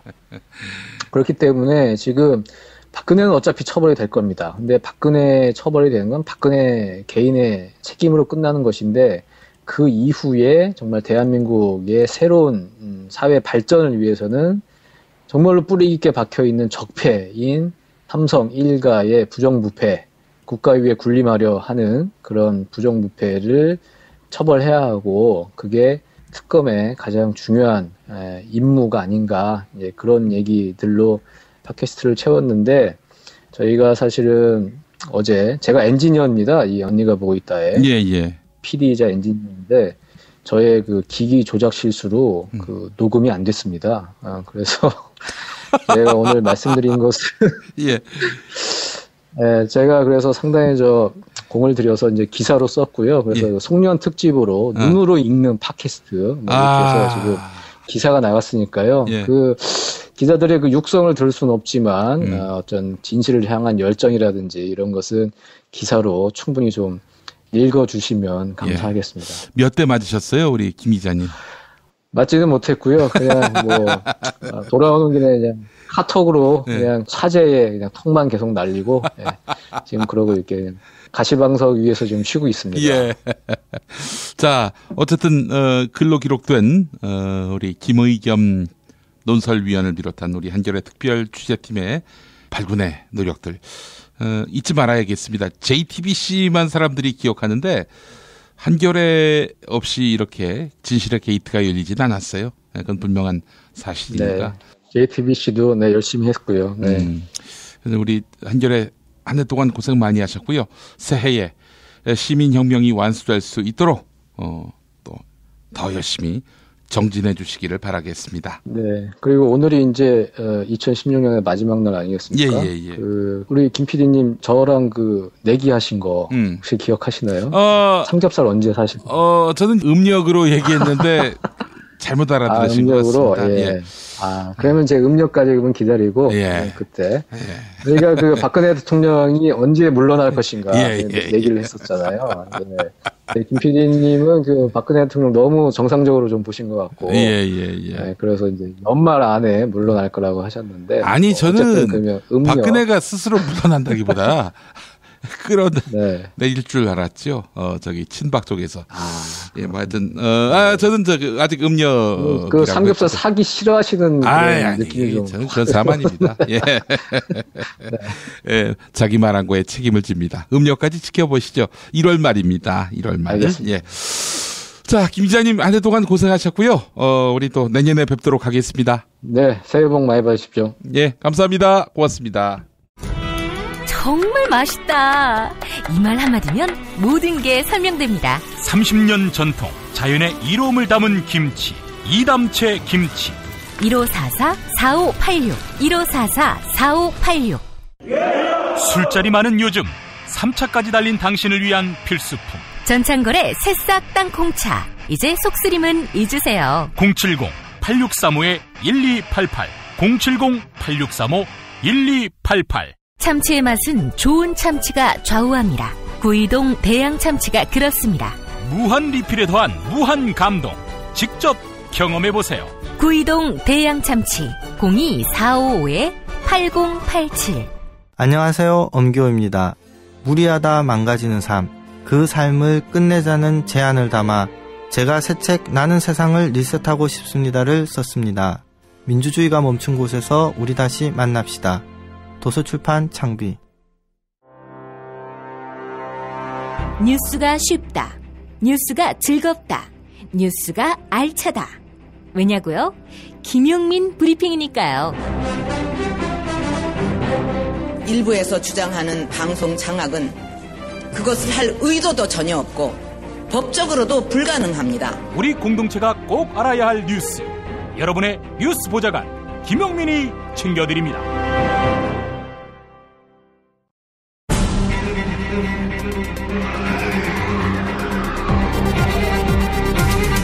본격 정치 논평. 2016년의 마지막 본격 정치 논평은 김수민 전 구미시 의원입니다. 김수민 전 의원님. 네, 안녕하세요. 김수민입니다. 2016년 마지막 날입니다. 저희 공식 방송일로는. 네, 그렇습니다. 근데 오늘은 옆에 완님이 안 나오셨나요? 완님이요? 네. 이제 인간 폐기물이 돼가지고. 보니까 이 양반 옛날에 감사원 직원으로 있을 때 네. 뒷돈을 받은 또 일이 있었더군요. 그러면 저희 완님을 네. 예, 만나 뵙기 어렵게 된 건가요? 지금 구미시에 가 계신가요? 아닙니다. 저희가 완님에 대해서 제가 녹음 파일을 하나 입수를 해서. 그래요? 네, 녹음 파일을 하나 들려드릴까 합니다. 기대됩니다. 예. 잠시만 기다려 주십시오. 예. 저기, 큰일이네. 김용민, 이완영 성대모사. 이거 고한테 이건희 조작이라고 이렇게 몰고 가야 되니까 고한테 저기 얘기를 하고. 아니, 이완영이 무슨 안철수 사투리를 쓴대. TK 사투리 안 쓰고. 아무튼 이완영 성대모사 이거 분리 안 하면 김용민 브리핑 다 죽어. 큰일 났네. 네, 제가 녹음 파일 하나 입수를 했습니다. 세상에. 구치소에 계신 분을 어떻게? 네, 그분 목소리로 추정이 되는데 어쨌든 김용민 브리핑과 이완영 성대모사를 분리시키지 않으면 죽는다라는 요지의 내용을 담고 있습니다. 아니 일주일 내내 그것만 짜고 다니는 겁니까 지금? 내년에는 우리 김수민 전 의원 이 개그 본능을 어떻게 좀 충족시킬 수 있는 큰 무대가 필요하다는 생각이 듭니다. 아주 재밌네요. 아주 좋았어요. 굉장히. 김종필은 없나?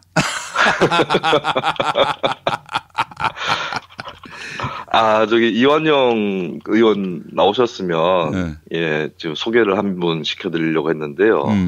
저도 옆자리에 누가 한 분 나와 계십니다. 그래요? 누가? 잠깐 메시지를 전달하시고 가시겠습니다. 이완영 의원님 안녕하십니까? 이종현입니다. 우리 둘 다 다음에 낙선할 것 같은데 저하고 네키를 한번 해서 손에 장을 한번 지져보실까요? 내년에 뵙겠습니다. 이 의원님. 아니 무슨 전라도 사람이 경상도 사투리 씁니까? 아주 굉장히 심각한 문제입니다. 이게 아무래도 경상도 사람이 많은 정당에 계시다 보니까 그런 게 있는 것 같고 하나는 또 동서화합을 위해서 그러신 게 아닐까. 요즘 TK 의원이 PK 사투리도 쓰고 그런 상황이니까 아마 그러셨지 않을까 싶습니다. 그래요. 참 독특합니다. 우리 김수민 전 의원님. 혹시 구미시 의회에 있을 때 의장, 동료 의원 성대모사 한 적은 없습니까? 어느 정도 있는데, 그거는 청취자분들 들으셔도 잘 모르실 것 같아서. 그렇지. 네. 근데 구미시 의회에 있을 때는 굉장히 젊은 편에 속했을 거 아닙니까? 그렇죠. 대부분 나이가 40대, 50대 분들이 대다수였기 때문에, 많이 젊은 편이었고, 저보다 조금 더 젊은 분이 저하고 10살 조금 넘게 차이가 났으니까. 아무래도 나이는 좀 동떨어져 있는 나이였죠. 근데 또 게다가 완고한 동네다 보니까 젊다고 무시하고 그런 건 없었습니까? 오히려 동료 의원들은 그런 무시는 별로 없었고요. 의원끼리 무시를 하면 사실 얼굴에 침 뱉기다 이런 인식들이 있어서 의원님들은 인간적으로는 좀 잘 대해주시는 편이었고요. 처음에 의정활동 할 때는 사실은 제가 의원 시작할 때 29살이었는데 저는 이게 별로 젊은 나이라고 생각을 안 하거든요. 근데 사회적 인식으로는 젊다 이런 게 있어서 뭘 알겠냐 이런 거를 초창기에는 좀 겪었던 편입니다. 근데 또 워낙 또 김수민 의원께서 매서웠고 또 녹색당에서 굉장한 정치의식으로 무장돼 있었기 때문에 한두 번 대화를 나누다 보면은 무시하고 싶어도 무시 못할 그런 내공을 발견하지 않았겠나 상대가 그런 생각이 드는데요. 글쎄요, 사람들한테 좀 여러 가지의 다양한 모습들을 보여준 것 같아요. 그래서 어떤 이미지로 받아들이셨는지는 아마 조금 사람마다 다르실 것 같긴 합니다. 하여간 참 알겠습니다. 올 한해 우리 김용민 브리핑이 김수민 의원을 만난 거는 너무나 큰 행운인 것 같고요. 애청자분들도 이런 분이 있었구나. 성대모사가 가능한. 굉장히 큰 소득이라고 생각을 하고요. 내년 2017년에 또 큰 활약을 기대하면서 자, 오늘의 정치 논평 기대하겠습니다. 어떤 내용 준비하셨습니까? 네, 마침 올해 마지막 본격 정치 논평을 제가 맡게 됐는데요. 네, 한 해를 돌아보면서 박근혜가 어떻게 몰락했느냐 한 번 더 짚는 그런 시간을 만들어 보겠습니다. 제가 얼마 전에 그 탄핵날 공개 방송 때 박근혜가 임기를 마치지 못할 거라고 예전부터 예견을 했다 이런 말씀을 드렸었는데요. 제 직감이 확실해진 게 언제였냐면 2014년 초에 민주노총 침탈 사건 되었습니다. 박정희 정권과 김영삼 정권이 언제 몰락했는지 되돌아보면 답이 나온다 그렇게 봤는데요. 박정희 정권 말기에 YH 사건, 극악무도한 노동 탄압 사건이 있었죠. 그리고 얼마 뒤에 박정희가 암살을 당하게 되는데 이런 비슷한 사건이 박근혜 정권 초기에 이미 터졌다. 네. 철도 민영화 반대하는 철도노조 파업에 대해서 위원장을 체포하려고 민주노총 건물에 경찰을 투입하고 유리창이 박살나고 하는 이 모습을 보면서 야, 여기는 정권 출범 1년 만에 이렇게 되는구나. 네, 그런 생각을 당시에 했었습니다. 아니, 노동계를 탄압하는 게 어떻게 정권 몰락의 전조라고 볼 수 있을까요? 이게 한국 사회에서 노동이라는 것이 참 위상이 취약합니다. 그렇죠. 그런데 이런 공격을, 노동에 대한 공격을 한다는 것 자체가 정권의 기반, 정당성이 참으로 취약해졌다는 역으로 방증이 되는 게 아닌가 그런 생각을 또 제가 하게 되고요. 김영삼 정권 때도 마찬가지인 게 1996년 12월이었죠. 여당 의원들이 새벽에 한강에서 몰래 만나서 버스를 타고 국회에 들어가서 7분 만에 라면 끓이는 시간 동안에 노동법이랑 안기부법 날치기를 한 사건이 있었습니다. 지금까지 보면 박근혜 정권 또 이 전철을 고스란히 밟아왔습니다. 박근혜가 통과시키려고 가장 혈안이 되었던 게 노동법 개혁이었던 거고요. 그리고 2015년 12월 10일 작년에 조계사의 은신해 있던 민주노총 한상균 위원장 체포를 하려고 했고 결국 한 위원장이 자진 출두를 했었죠. 그때 제가 녹색당 논평을 쓰던 대변인이었었는데 그때 제 논평 부제로 이렇게 썼습니다. 저 풍경 소리가 정권 붕괴의 서곡인가. 그래서 이 정권은 곧 카운트다운에 들어가겠다 생각을 했었고. 그걸 2014년에 했단 얘기죠? 네, 처음에는 2014년에 했었고요. 2015년 연말에 한상균 위원장 체포 시도 당시에 이제 곧 다가오겠다 이런 생각을 했었습니다. 그리고 2016년 1월 13일에 제가 아마 평생 잊을 수 없는 날이 될 것 같은데요. 이 날은 참 운명의 날이었다라고 생각합니다. 무슨 날이냐면 박근혜의 신년 대국민 담화가 있었던 날인데 이날 또 미디어 오늘이 사전에 이례적으로 기자들하고 질의응답하는 이 질문지를 입수를 해버리면서 박근혜가 개망신을 당하기도 했었던 그런 날이었죠.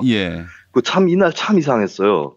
그때 했던 말이 제가 머리가 좋으니까 다 기억을 하지 질문을 몇 가지씩 하시니 뭐 이런 얘기도 하고 그랬어요, 진짜. 네, 대면 보고를 좀 더 늘려나가는 방향으로 하겠습니다만 그게 필요하다고 생각하세요? 뭐 이러면서 네, 이게 무슨 뜻이냐면 나는 머리가 나쁘다. 그리고 지금까지 대면 보고 거의 안 했다 이런 뜻입니다. 그리고 그런 얘기를 꺼내야 할 정도로 어떤 궁지에 몰려 있다라는 그런 거였고 저는 그날 박근혜 드디어 망했다라고 생각을 했습니다. 그리고 그날도 당 논평을 써야 하는 날이었는데 이 담화에 있던 내용들이 하던 얘기 또 하던 거였거든요. 그래서 귀찮아 죽겠는 겁니다. 그래서 제가 영화의 타짜 대사를 빌어서 짧게 썼습니다. 이거는 김 PD님이 가끔 칭찬하셨던 여권연대 그 논평보다 사실은 이게 더 큰 화제가 됐었어요. 그래요? 그 논평 구절을 보면 이번 기자회견은 시나리오 쓰고 있네 소리가 나오는 짜고 치는 고스톱이었다. 천하의 대통령이 왜 이렇게 후달리는가. 물론 내용적으로 대통령의 담화는 싸늘하다. 가슴에 비수가 날아와 꽂힌다. 하지만 대통령의 손은 국민의 눈보다 빠를 수 없다. 다가올 총선에서도 표는 대통령한테도 한 장, 국민한테도 한 장이다. 이제 국민의 손이 대통령의 눈보다 빠를 것이다.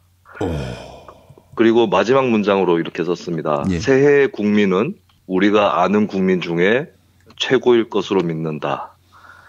원래 영화에서는 고니는 내가 아는 타짜 중에 최고의 타짜였어요. 라는 예, 대사를. 그러면서 이제 2016년의 국민이 최고의 국민이 될 것이다. 네. 이렇게 생각을 하고 썼는데 말이 씨가 된다는 예, 그런 생각이 또 듭니다. 예. 그리고 그때 보면 이제 2016년 2월에 정부가 테러 빙자법 밀어붙이는데 이게 김영삼 정권이 노동법이랑 같이 날치겠다는 안기부법 계약이랑 비슷한 예, 그런 거였죠. 그때 또 이제 야당이 필리버스터 들어가면서 또 국회 정문 앞에서는 참여연대, 녹색당 등등 시민 필리버스터를 하는데 그때 제가 사실은 김대중 전 대통령 그 옛날에 했던 필리버스터 있지 않습니까? 예. 60년대 했던 그거를 성대모사로 잠시 재현하다가 예. 연합뉴스에 사진 한번 찍힌 적이 있었는데요. 예, 제가 댓글을 봤는데 댓글에 예, 세상이 제정신이 아니다. 위에 기사에는 녹색당 김수민 대변인이 김대중 성대모사로 뭐 제안하고 있다 이렇게 돼 있는데 밑에 댓글이 그렇게 달렸었고요. 근데 제가 이제 성대모사 말고 그냥 연설을 할 때 이런 말씀 드렸습니다. 2004년 탄핵 정국 같다 지금. 새누리당이 그때 한나라당 꼴이 날 거다. 네. 사람들이 안 믿는 표정이었어요. 그때는 새누리당이 과반이다. 뭐 180석이다. 이런 말들이 워낙 많을 때라서. 하지만, 제가 4.13 총선 투표 당일날 5시 반, 6시 투표 끝나기 전에 오세훈 캠프 앞을 지나가게 되는데요. 예. 건물 밖에 그 캠프 관계자들 나와 있었는데 그 사람들 표정이 망했다는 게 얼굴에 써 있더라고요. 예, 그래서 새누리당이 드디어 망했구나. 그리고 박근혜 탄핵으로 갈 수 있겠다. 그런 생각을 또 예, 그날 했었습니다. 예. 어쨌든 새해 국민은 우리가 아는 국민 중에 최고일 거다. 이 말은 거의 맞아 떨어졌던 것 같고. 예. 사실은 새누리당 텃밭 지역이라고 하는 대구 경북에서 일어난 일만 봐도 올해 보면은 성주와 김천 사드 반대 투쟁 열심히 계속 하셨고 새누리당 지지율이 한국에서 제일 높다는 지역이 영덕인데요. 예. 예, 영덕에서 드디어 이제 지역사회 차원에서는 핵발전소 신규 건설 추진하지 않겠다 이런 선언 또 나왔었고 또 이 보면은 뭐 TK뿐만 아니라 시골 지역들이 보면 관에서 추진하는 난개발 계획들이 상당히 많고 예. 속수무책 깨지는 경우가 많은데 경북 영양군 주민들이 영양댐 반대운동 이기는 싸움으로 계속 만들어 오시다가 드디어 올해 백지화를 예, 이뤄냈습니다. 그러니까 대구 경북만 봐도 이렇다는 거기 때문에 내년은 올해보다 더 나은 해가 될 것이다. 그런 생각이 들고 어쨌든 많은 것들이 위기에 봉착해 있지만 민주주의 역사에서 2016년 연말 지금 이 순간 바로 한국 민주주의의 최전성기다. 예, 그런 말씀을 또 드리고 싶습니다. 끝으로 내년에 제가 소원이 하나 있는데요. 2007년도에 제가 이명박 후보 캠프랑 같은 빌딩에 여의도에 있는 모 빌딩에서 일을 한 적이 있었습니다. 한양 빌딩? 한양 빌딩이 그때 한나라당 당사였을 거고요. 예. 그 맞은편에 있는 Y 빌딩에 예, 제가 이명박 후보 캠프는 아니고 당연히 예. 다른 사무실에서 일을 한 적이 있었는데 비하인드 스토리도 몇 개 있어요. 뭐 이명박 후보가 왜 그때 병역 면제 이 문제가 나오니까 갑자기 토론을 하다가 기침을 콜록콜록 하지 않았습니까? 예. 예, 그 이튿날에 제가 그때는 금연 건물이 아니라서 계단에서 담배를 피다가 예. 마침 MB 캠프 관계자 통화를 들었거든요. 예. 그 사람이 통화하면서 이렇게 얘기하더라고요. 어제 후보님 기침 아주 좋았어. 예, 뭐 자기네들 스스로 연기였다는 뭐 비슷한 얘기일 것 같은데. 예. 그러던 날인데 어느 날에 이명박의 대형 현수막이 안 보이는 거예요. 예, 건물 외벽에 걸려 있던 것이. 예. 어디 갔나 했더니 바람에 날아가 버렸다는 겁니다. 오. 삼국지 같은 데 보면 왜 전투에 출장할 때 깃발이 뚝 부러지고 이거 흉조다 이러지 않습니까? 예. 그래서 그 당시에 혹시 이명박 낙선하나? 이렇게 생각을 했는데 예. 예, 당선이 돼서 그게 내년 여름이면 그 플랜카드 날아간 지 10년이 됩니다. 그런군요. 예. 예, 그래서 그 10년이 다 되기 전에 MB가 한 일에 부합하는 예, 심판이 내려지기를 내년 소원으로 예, 또 빌어보면서 예, 오늘 정치 논평 좋은 예, 양반이네, 이 양반. 그 용산 빌딩이죠? 맞습니다. 예. 네. 이름은 용산 빌딩이지만 장소는 여의도에 있었던 그 빌딩. 예. 오늘 아주 쏠쏠하게 재미있는 비하인드 스토리 얘기해 주셨네요. 그러니까 콜록콜록. 그거는 이제 쇼다. 한마디로 연기다. 연기다라고 그 관계자가 확실하게 얘기한 건 아니지만 예, 연기로 대우를 하고 있었던 거고. 아니 실제로 보면은 그 시츄에이션 이외에는 이명박이 기침을 한 적이 없어요. 또 있긴 있어요. 있었어요? 연말에 대선 후보 토론을 할 때 예. 누가 좀 자기한테 불리하고 듣기 싫은 얘기를 할 때 계속 콜록거리는 거예요. 그랬어요. 그래서 그때 인터넷에서 계속 기침하면 때려치기 뿐다 이런 댓글이 달렸었습니다. 그랬군요. 알겠습니다. 아이고, 새해는 그러면은 MB 심판도 보너스로 이루어질 해다. 이렇게 보시는 거네요. 그렇습니다. 예, 10년이 다가왔기 때문에. 그렇습니다. 탄핵 심판이 언제쯤 될 것 같아요? 제가 사실은 공개 방송 때 3월 3일이다. 그런 말씀을 드렸었는데. 예. 네, 모르겠습니다. 뭐 더 일찍 당겨질 수도 있을 거고. 이 박근혜의 정치 인생을 지배하는 18회 법칙. 예. 이걸 감안하면은 2918 해서 2월 9일에 목요일에 할 수도 있지 않을까. 2918. 알겠습니다. 2월 9일이에요. 3월 3일이 아니라 바뀌었어요. 네, 제가 한번 변경을 하겠습니다. 예, 2월 9일로. 실제로 오늘 중앙일보 기사를 보니까 2월 중순쯤 될 것 같다. 이런 내용도 실렸는데 그 기사를 보고 슬쩍 입장을 바꾼 건 아니죠? 그 기사는 못 봤습니다. 알겠습니다. 그리고 그 다음 목요일이 2월 16일이네요. 예. 2 더하기 16 이렇게 하면 또 18이 되네요. 예, 제가 혼이 비정상입니다. 이게 잔대가 일 너무 많이 굴려. 제가 주역을 잘 모르기 때문에 이렇게 해서라도. 예, 알겠습니다. 예, 다른 게스트분한테 질 수 없다. 또 그 조역이라고 하세요. 조역을 봤더니 알겠습니다. 그렇게 나오더라 이렇게. 예. 네. 알겠습니다. 김수민 전 의원과 함께 올해 너무 즐거웠고요.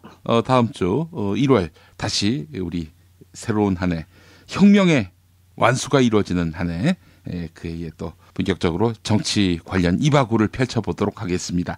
자, 김수민 전 의원님 새해 복 많이 받으시고요. 다음 주 내년에 뵙겠습니다. 네, 제가 최근에 사실 전국 흐름 때문에 미뤄뒀던 얘기들이 좀 있는데요. 예.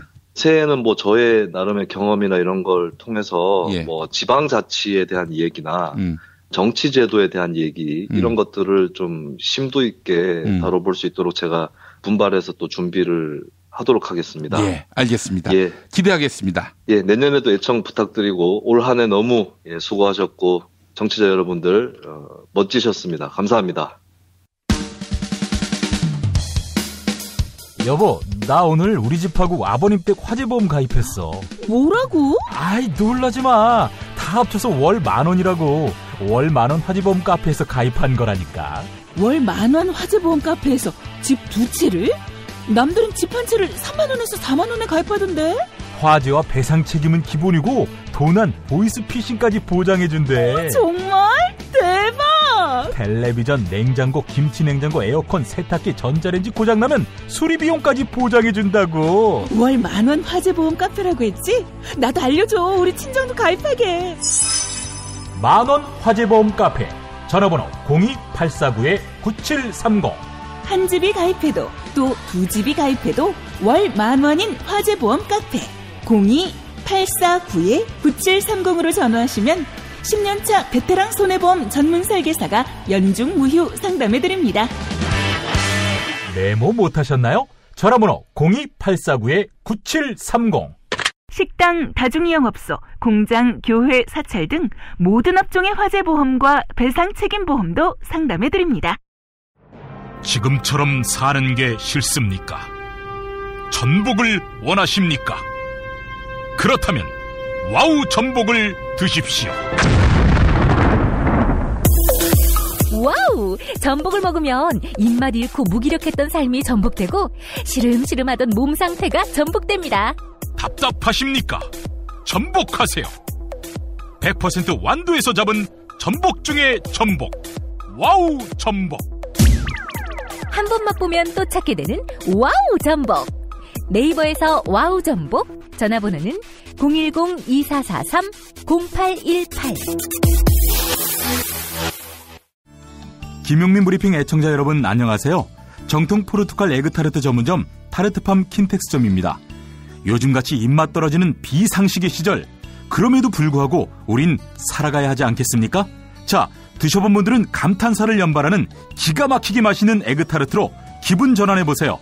일산 전 지역 배달 가능, 100개 이상 단체 주문은 수도권까지 배송 가능합니다. 검색창에 타르트팜 킨텍스점 031-923-2995. 6살 하늘이 밥을 잘 안 먹어요. 그런데 이때 택배입니다. 연지연 곰탕이 배달됐어요. 직접 도끼로 팬 장작불 위에 한우 사골과 도가니를 가마솥에 한가득 넣고 24시간 끓인 진구. 연지연 곰탕이 하늘이 입에 들어가는 순간, 아, 맛있다. 엄마 한 그릇 더 주세요. 조미료 같은 첨가물이 전혀 들어가지 않아 엄마의 기쁨은 더하답니다. 7팩 이상 무료 배송합니다. 주문 전화는 010-7252-1114 010-7252-1114. 오늘을 읽는 책, 문학평론가인 국민대학교 국문학과 정선태 교수와 함께합니다. 자, 정선태 교수님과 함께하겠습니다. 교수님. 네, 안녕하세요. 예, 오늘이 이제 2016년 마지막 방송입니다. 네, 마지막 방송인데 아름다운 시로 마무리하려고 했는데요. 예. 그저께 뉴스가 계속 저를 괴롭혔습니다. 아, 어떤 뉴스가 그렇게 괴롭혔습니까? 블랙리스트. 블랙리스트. 아, 그렇죠. 예. 그 얘기 좀 하고 마무리해야 할 것 같습니다. 예. 그 블랙리스트가 참 고약한 것이 계보를 보면은 일제시대의 사상범 보호관찰법이라는 게 있었습니다. 예. 모든 그 일본 제국주의 정책에 저항하거나 비판적인 그 지식인들을 옥죄는 아주 악법이었죠. 예. 그러다가 이승만 박정희 때 반공법으로 화려하게 부활하고, 예. 그리고 그게 국가보안법으로 이어지고, 그게 또 다른 변형된 형태로, 물론 국가보안법이 아직도 여전히 남아있지만 블랙리스트라는 형태로 지금까지 이어져 오고 있는 것 같습니다. 예. 아주 면면한 역사입니다. 아니, 고은 시인까지 블랙리스트에 올렸다는 건 이건 야만의 끝 다름 아닌 거 아닙니까? 그런데 그 블랙리스트가 좀 잘못된 것 같아요. 그 누군가 얘기를 하던데, 예. 거기에 뭐 우리 락 기타리스트인 신대철도 안 들어가 있고, 또 어찌 보면은 저도 안 들어가 있고, 그러니까 좀 가짜인 것 같습니다. 아니, 그분들은 이제 새생부에 들어가 있고. 근데 그 뭐 작가들 한강식뿐만 아니고 뭐 그냥 상식적인 수준의 작가들도 들어가 있고요. 예. 뭐 창비나 뭐 실천문학이나 하는 중요한 잡지들, 뭐 시사인, 그리고 언론사까지 다 들어가 있어요. 한 개인 이름으로 들어가 있는 뿐만 아니라.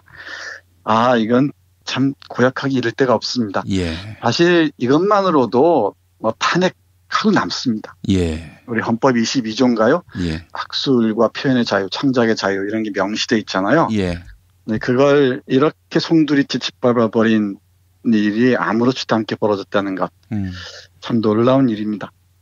그래서 이것과는 짤막하게 이 블랙리스트를 떠올리면서 옛날에 우리가 한번 놀이하는 인간, 호모 루덴스 얘기하면서 이 블랙리스트 얘기는 언급했던 것 같아요. 오늘은 좀 실질적으로 한국 문학사에서 중요한 필화 사건 중에 하나. 예. 필화 사건이란 붓이 화를 입는다는 뜻이죠. 그러니까 글 쓰는 사람들이 어떤 화를 입는 일련의 사건들이 쭉 있었는데요. 대표적인 게 리영희 선생 필화 사건도 있었고요. 그리고 뭐 그 유명한 김지아의 오적. 지금은 김지아가 이상해졌는데 왜 그런지 모르겠습니다만은. 그리고 뭐 양성우 시인 등등 수많은 필화 사건들이 있었습니다. 예. 그 중에 하나 대표적인 게 1965년에 있었던 남정현의 분지 사건입니다. 들어보셨는지 모르겠는데 이 분지는 1965년 2월에 발표된 단편 소설입니다. 예. 이 소설의 내용을 짤막해 보면 이렇습니다. 홍길동의 10대 손인 홍만수 집안의 얘기인데요. 예, 홍만수의 아버지는 독립운동하다가 돌아오지 못하고 해방을 맞아요. 해방을 맞는데 어머니는 이제 해방이 된 마당에 기쁜 나머지 태극기와 성조기를 들고 미군을 환영하러 나갑니다. 예. 그 자리에서 미군에게 강간을 당해요. 네? 그러다가 이 어머니는 미쳐 죽습니다. 내가 이러려고 살았느냐 해서. 그리고 이 외가에서 자란 이 홍만수가 우리의 주인공이죠.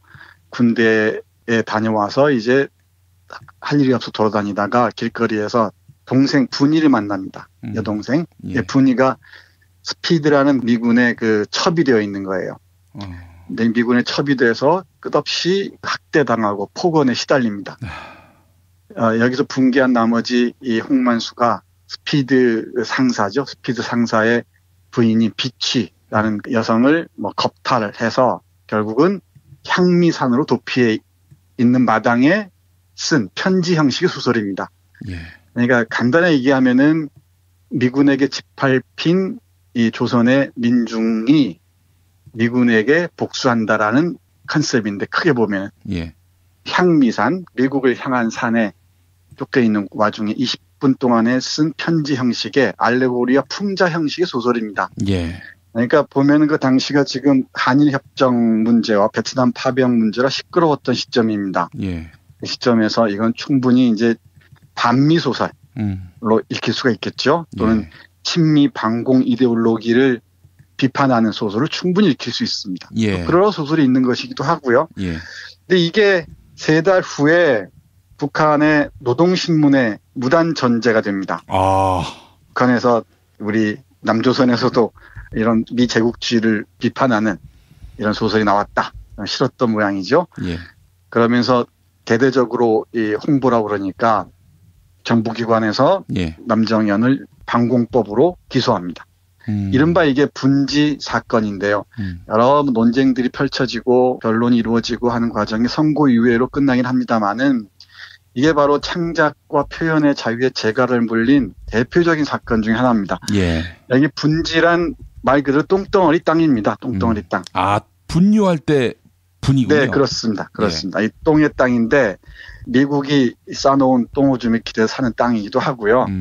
또는 이 미국에 반대하는 미국의 비판적인 홍만수 같은 이들은 똥이나 다름없는 오물들이다. 이런 식의 의미이기도 한데 이거야말로 친미 반공 이데올로기를 정면에서 비판한 하나의 창작품이라고 얘기할 수 있을 겁니다. 문학사의 중요한 결절점이 되죠. 예. 문학성과는 무관하지만은 그래도 부시, 럼스펠드, 라이스를 강간하자라고 얘기했던 어떤 정치인의 반미 발언을 떠올리게 만듭니다. 네, 그렇게 읽을 수도 있을 것 같아요. 예. 네, 이것도 그렇게 보면은 남정현의 분지도 막말처럼 들릴 수 있었겠죠. 예. 사실 문학이라는 게 그렇잖아요. 여러 가지 스펙트럼이 있습니다만 문학에 관한 논의는 다양하게 할 수 있을 텐데 예. 남정현의 말을 따르면 역사의 전진을 가로막는 부당한 세력들은 의례 자신들의 그 지배욕을 충족시키기 위해서 현실을 늘 교묘하게 위장하잖아요. 위장하고 은폐합니다. 그리고 그들은 자신들의 흉계가 드러나지 않게 늘 진실을 날조하죠. 그런데 글 쓰는 사람들은 기본적으로 이런 은폐된 진실을 찾아내는 것을 소임으로 삼습니다. 그리고 그것을 다양한 형식으로 표현하기 위해서 싸우죠. 예. 그 결과물이 이런 분지 같은 소설인데 분지 말고도 많이 있습니다. 많은 식민시대부터. 이걸 이제 법으로 걸어버리면 예를 들면은 법을 걸어버리는 순간에 아주 기괴한 형태가 되어버리죠. 이때 변호인으로 참가했던 분이 바로 한승환 변호사입니다. 이 한승헌 변호사가 변론을 하는데 그 변론은 이때 그 공소장을 쓴 검사가 김태현이라는 사람이었는데요. 그 김태현이라는 그 검사가 쓴 공소 이유를 보면은 간단하게 보면 이래요. 앞부분만 보면은 대한민국이 마치 미국의 식민 통치에 예속되어 주한미군들은 갖은 야만적인 학살과 난행 등을 자행하고 우리 국민의 생명, 재산을 무한히 위협하며 몇몇 고관 예속 자본가들과 결탁하여 국민 대중을 착취하여 비천한 피해 대중은 참담한 기하산상에서 연명만을 하고 있으면서도 우는 이렇게 이어집니다. 예. 뭐 틀린 말 하나도 없는 것 같은데. 예. 그러면서 이 소설을 계급의식과 반정부의식을 고취했다. 그리고 두 번째, 반미 감정을 조성했다. 세 번째, 북계의 대남 전략에 동조했다. 이런 이유로 기소를 합니다. 예. 근데 사실 읽어보면은 문학의 풍자와 그 해악, 이런 글을 쓸 때 또 과장도 있잖아요. 예. 대단히 또 슬픕니다.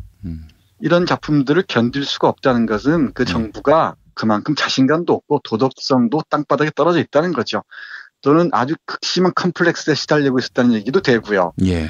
여기에 대해서 우리 한승헌 변호사는 이렇게 써요. 조금 읽어보겠습니다. 예. 매사를 용공으로 착색하는 것이 반공의 길인 것처럼 착각해서는 안 되며 반공이란 명분 아래 국민의 기본권이 부당하게 침해당하는 일이 있다면 본말 전도의 역설이 될 것이다. 문학의 본질과 기법에 대한 이해가 없이 특수한 신분을 가진 사람들의 생명적인 단견으로 작품을 용공시해서는 안 된다. 뭐 구구절절이 옳은 말이죠.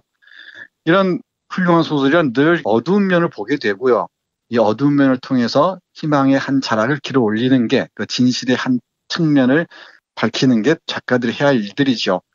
그런데 이 반공을 무기로 해서 친미 반공을 이데올로기로 해서 자신의 권력을 정당화하고 또 유지해왔던 이런 사람들에게 눈의 가시 같은 존재가 아니었겠습니까? 예. 그러니까 조금이라도 이상하면은 모든 걸 블랙리스트화하고 불법시하고 이런 사람들이야말로 자신의 존재 근거가 얼마나 허약한지를 반증하는 것이라고 얘기할 수 있고요. 그런 측면에서 이번에 블랙리스트는 남정현의 피라 사건 연장선상에 있다고 얘기할 수 있을 것 같습니다. 예. 그리고 충실하게도 앞에서 말씀드렸듯이 일본 제국주의가 이른바 정치범, 사상범들을 보호 관찰했던 법안, 사상범 보호관찰법이나 반공법이나 국가보안법을 이런 식으로 다시 전유한 게 아닌가 싶어서 대단히 불쾌하고요. 문학의 한쪽 발을 들여놓고 있는 저로서는 견디기 힘든 어떤 모욕처럼 다가옵니다. 저는 화가 나는 건요. 뭐 최순실이나 네. 박근혜 이런 무지막지한 자들은 그럴 수 있다고 치는데 네. 누구보다도 문화예술, 그 창작의 자유, 표현의 자유에 대해서 네. 깊은 통찰과 인식을 갖고 있을 이 문체부 공무원들, 여기에 하수인들이 됐단 말이죠. 이 영혼 없는 공무원들은 과연 무죄일까? 시켜서 했으니 할 수 없다. 이런다고 우리는 그걸 다 이해를 해주고 용납해 줘야 하는가? 전 이런 질문을 던지고 싶습니다. 그 질문은 바로 대답할 수 있습니다. 절대 용서해서는 안 됩니다. 예. 만약 몰랐다거나 속았다는 식으로 넘어가거나 또는 누가 시키는 일이어서 아무 생각 없이 했다거나 이건 뭐 용납할 수 없죠. 예. 여기 말로 빌면은 이방인들이 흘린 오줌과 똥물만을 주식으로 하여 살고 있는 이 유화가 사실은 현실에서 크게 틀리지 않잖아요. 우리 보면은 전면적인 국제법상의 식민지는 아니지만은 여러 측면에서 군사적인 측면, 경제적인 측면에서 이게 이 식민지 상태에서 크게 벗어나지 못하고 있다는 진단이 옳다면 이런 비판들은 창작하는 사람들 또는 지식인들이 끝까지 물고 늘어져서 밝혀야 할 부분 아니겠습니까? 예. 그래야 최소한 자존감을 회복할 수 있고 이게 우리가 살아갈 수 있는 하나의 중요한 근거가 되지 않겠습니까? 예. 그래서도 보면은 홍만수의 아버지인 독립운동가의 가족은 이렇게 갈갈이 찢겨지고 친일의 길에 살았던 놈들 또 권력에 빌붙어 살던 놈들은 부귀영화를 누리는 그러면서 약간의 비판적인 어조도 못 견디면서 짓밟아버리는 이런 행태가 지금과 50년 전의 분지대와 얼마나 다르다고 얘기할 수 있겠습니까? 예. 이게 바로 우리가 얼마나 야만 상태에 있는지를 정확하게 얘기해 주는 게 바로 블랙리스트라고 얘기하고 싶습니다.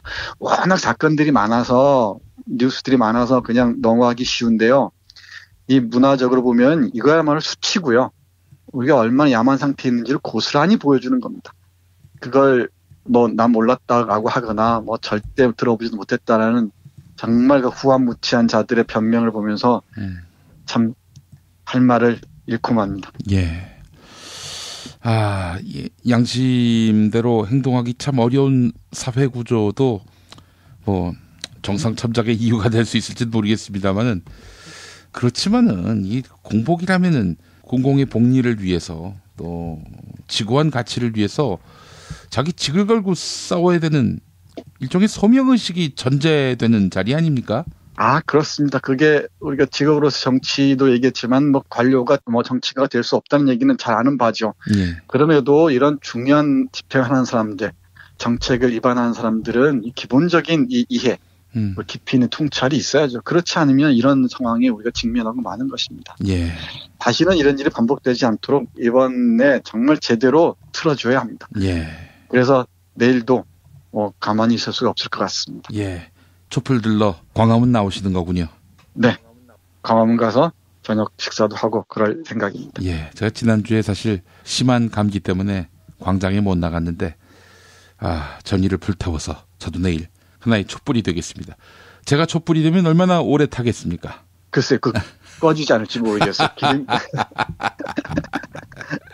예. 네, 교수님. 자, 이제 2016년 마지막 방송인데, 우리 애청자분들께 덕담 한마디 부탁드리겠습니다. 네. 그야말로 다사다난했던 한 해가 저물어 갑니다. 우리 애청자 여러분들 정말 고생 많이 하셨습니다. 또 앞으로 고생할 나날도 짧지만 않을 것 같습니다. 짧지 않은 기간 동안 5개월을 가까이 우리 오늘에 읽는 책 들어주신 여러분께 감사드리고요. 내년에도 열심히 좋은 책들 여러분들께 소개해드리도록 하겠습니다. 그리고 올해 후반에 겪었던 이 치욕들이 다시 반복되지 않도록 정말 페어플레이가 가능한 그때까지 끝까지 함께 했으면 고맙겠습니다. 예, 놀랍게도 우리 교수님과 방송 시작하는 시기가 이제 혁명이 시작될 무렵 아니었습니까? 그랬어요. 예, 이 혁명의 지성과 또 통찰을 실어주신 우리 교수님 너무 감사하고요. 내년에도 더 큰 활약, 더 큰 통찰 기대하겠습니다. 네, 고맙습니다. 네, 교수님 다음 주 내년에 뵙겠습니다. 네, 내년에 뵙겠습니다. 고맙습니다. 서로 돕고 이끌어주는 문자당. 문자당이 문자당 샵을 열었어요. 중소상공인과 농업 생산자들을 위한 큰 장터. 아니 몇 개라고 그랬어? 2개, 3개. 남았으니까 그냥 서비스 하나. 하나는 공짜. 농민회와 여성연대 같은 사회단체들이 추천하고 문자당이 엄정하게 검증한 상품과 서비스를 온라인으로 판매해서 수익금의 일부는 각 단체에 기부하는 장. 협동, 자조, 상생회, 진보 열린 장터, 문자샵. 포털이나 SNS에서 문자당을 검색하세요. 대한민국 최초, 아니 은하계 최초의 잡놈 평전. 김어준 평전. 무식하지만 의리 만빵의 엄마. 노골적인 인종차별의 격분에 개싸움을 벌인 이탈리아 현지인. 한겨울 침낭 안에서 인류애적인 사랑을 나눈 유럽 여성, 그리고 전대미문의 사기꾼 MB까지. 김어준의 학교에는 참 많은 선생님이 있었죠. 자기가 언제 행복한지, 내 욕망이 뭔지, 내가 어떻게 생겨먹었는지 자기하고 대면을 해야 돼요. 그래서 내가 하고 싶은 걸 찾아야 됩니다. 누구의 눈치도 보지 말고 욕망의 주체가 돼서. 그리고 그 일을 그냥 해요. 은하계에 다시 없을 딱 한 사람 김어준. 김용민이 김어준을 9년간 관찰한 기록. 김어준 평전. 김어준 평전 인터하우스에서 나왔습니다. 김용민 브리핑 1년 동안 애청해 주신 여러분 감사합니다. 정말 큰 사랑 받았습니다. 김용민 브리핑을 언제까지 할지는 모르겠습니다만은 하여간 대선까지는 열심히 달려보겠습니다. 내년 몇 가지 약속을 드립니다. 1월 16일부터는 국민TV에서도 김용민 브리핑을 생방송으로 들으실 수 있도록 추진하겠습니다. 아울러 신년 특별 기획으로 악인 열전, 악인이여, 지옥행 KTX를 타라. 네, 이런 제목으로 드라마타이즈의 다큐멘터리를 매일 여러분께 선보이겠습니다. 대선을 앞두고 일부 시간에 정치 콘텐츠를 보강하고요. 텔레비전 뉴스 브리핑 코너도 신설하겠습니다. 인터뷰 코너, 전문가 해설 코너도 신설 또는 보강하겠습니다. 뭐 하여간 목표는 이겁니다. 김용민 브리핑만 들어도 꼭 알아야 할 뉴스를 빠짐없이 접하게 된다는 믿음을 드리는 것입니다. 배전의 성원 또 격려 부탁드리겠습니다. 영화 시사회 이벤트를 소개합니다. 배급사 인디플러그에서 협찬하는 영화 7년 그들이 없는 언론인데요. 영화 7년 그들이 없는 언론은 2008년 YTN 해직 사태부터 2012년 MBC 해직 사태까지 이명박근혜 정부에서 양산된 해직 언론인들에 대한 이야기를 풀어냈습니다. 시사회는 오는 1월 3일 화요일 저녁 7시 용산 CGV입니다. 저도 함께합니다. 팟빵 게시판에 이메일 주소 남겨주시면 시사회 티켓을 보내드립니다. 오늘이 신청 마지막 날입니다. 오는 1월 12일에 개봉하는 7년 그들이 없는 언론, 여러분의 많은 관심 바라겠습니다. 그리고 매주 금요일 정답자 가운데 한 분께 거제도 펜션 이용권을 드립니다. 경남 거제시 장목면 율천 두모로 154-43 두모실 펜션. 네, 포털 사이트에서 두모실 펜션을 찾아주시면 감사하겠습니다. 그리고 일부 뉴스 듣기 평가 당첨자께 선물이 추가됐습니다. 프랑스 하우스 아이웨어 브랜드 코페낙스에서 협찬하는 안경과 선글라스를 함께 보내드립니다. 오페라, 폭네프 등 매년 50여 개 이상의 새로운 디자인을 선보이는 코페낙스가 깨어있는 눈으로 시국을 응시하고 계시는 애청자 여러분께 보내드립니다. 코페낙스 아이웨어, 여러분의 많은 관심 바라겠습니다. 어제 소개를 못해드렸네요. 지난 수요일 뉴스 듣기 능력 평가 문제는 국내 유일의 여자 교도소가 있는 곳을 맞히는 거였지요. 정답은 청주였습니다. 살구와 다래님, 집안에서 사용하는 난방용 텐트가 온라인 마켓 인기 품목입니다.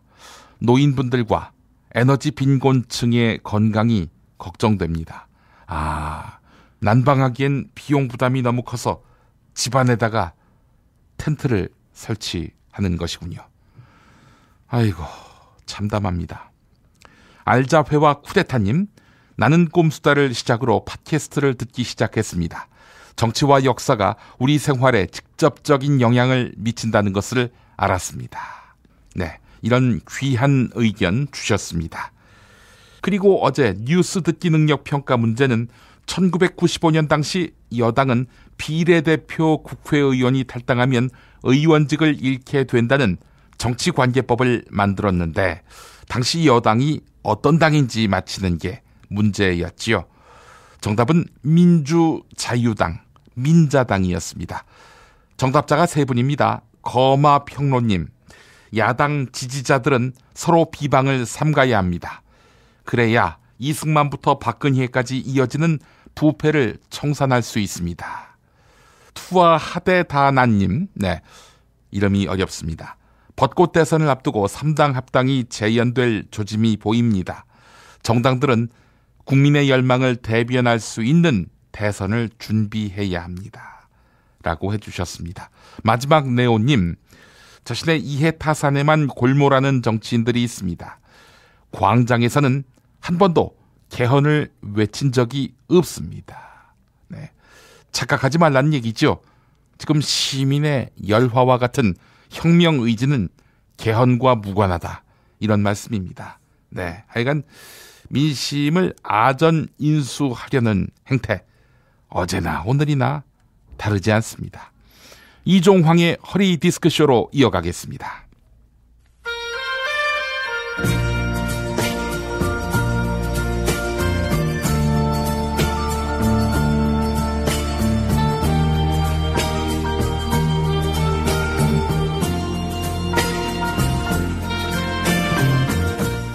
여러분 안녕하십니까? 여러분의 DJ 이종황입니다. 이종황의 허리 디스크쇼, 여러분의 신청곡과 사연으로 함께하는 시간입니다.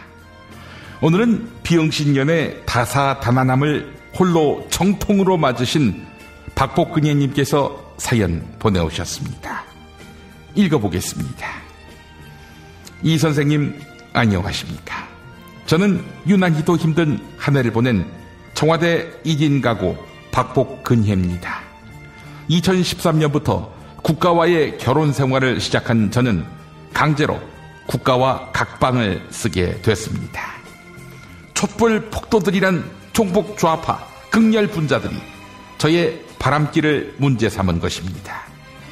물론 저는 배우자인 국가에 충실해야 했지만 최순실세, 88 은퇴, 정윤 횟집 등 여럿이서 어울려 노는 것이 너무나 재미있었습니다. 특히 최순실세와 비영원 놀이를 할 때면 시간 가는 줄 몰랐습니다. 눈 깜짝할 사이에 7시간이 금방 지났습니다. 이 사실 환갑 넘어서 비영원 놀이를 한다는 게 주책인 건 압니다만, 그렇다고 해서 강제로 국가와 이혼을 시키게 하다니 이건 너무 야박한 거 아니겠습니까? 이 선생님, 새해를 맞아 벚꽃이 피면 저는 청와대에서 방을 빼야 할 것 같습니다. 국가와의 강제 이혼, 지금이라도 어떻게 막을 방법이 없을까요? 네, 이런 안타까운 사연을 보내오셨습니다. 박복근혜님이 계속 국가와 쇼윈도 부부로 살아가는 방법, 이렇게 해보면 어떨까요? 다들 알다시피 국가와 사실혼 관계를 맺은 사람은 최순실세 아니겠습니까? 최순실세를 간통죄로 고소하는 겁니다. 쌍방이니까 국가도 간통죄로 거는 겁니다. 간통죄 증명의 필수 요소인 현장 물증은 태블릿 PC에 적나라하게 나와 있지 않습니까? 어차피 최순실세는 깜빵에서도 여왕님 대접을 받고 있으니 비영원 동기를 배신했다는 죄책감을 느낄 필요는 없습니다. 네? 간통죄 폐지된 거 모르냐고요? 그리고 박복근혜님이 최순실과 국가의 간통을 사실상 조장한 거 아니냐. 따라서 박복근혜님과 국가, 또 국가와 최순실은 스와핑 에이, 흉측해라. 무슨 그런 숭한 말을 다 합니까? 알겠습니다. 그렇다면 이 방법은 어떨까요? 나라가 어디 대한민국 하나뿐입니까? 박복근혜님의 아버지 스네이크박도 조선인에서 일본인 만주군 장교로 변신하지 않았습니까? 또한 해방 후엔 독립군으로 위장해서 귀국했고, 그 다음에는 북조선을 추종하는 남로당에 가입하는 등 끊임없이 신분 세탁을 거듭하지 않았습니까? 대한민국과 이혼하면 다른 나라로 가면 그만입니다. 네? 특검이 박복근혜님 출국 금지하면 어떻게 하냐고요? 가는 곳마다 비연기 바꿔주는 나라, 대한민국 말고 어디 있냐고요? 이 비연기 공주, 변기물로 샤워해야 정신 차리겠냐? 이 비연기 공주야. 세월호, 백남기 농민, 가습기 살균제 피해자, 위안부 문제, 사드, 메르스, 국정농단, 개성공단 피해 수혜, 선거 개입, 개표 조작, 간첩 조작, 노동자 탄압, 공공기관 민영화, 담배세 인상, 국정역사 교과서, 한진 사태, 지진, 영남권 신공항 문제, 블랙리스트 등등. 야, 네가 한 악행을 열거하기도 힘들다, 이 비연기 공주야. 여생을 감옥에서 평생 썩어라, 이 비연기 공주야. 하여간 이런 어처구니 없는 사연은 즉각 처리해야 합니다.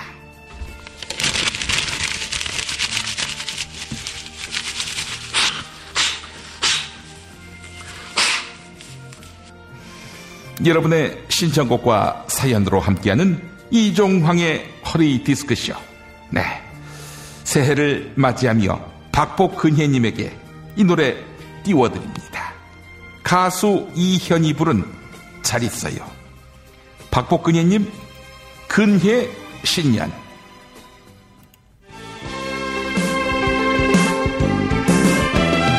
잘 있어요, 잘 있어요. 그 한마디였었네.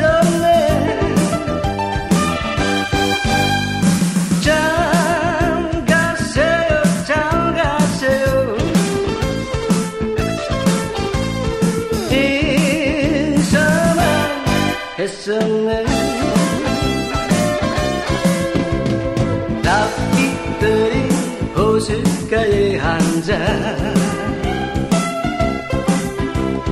하나님 모습 나 홀로 새기며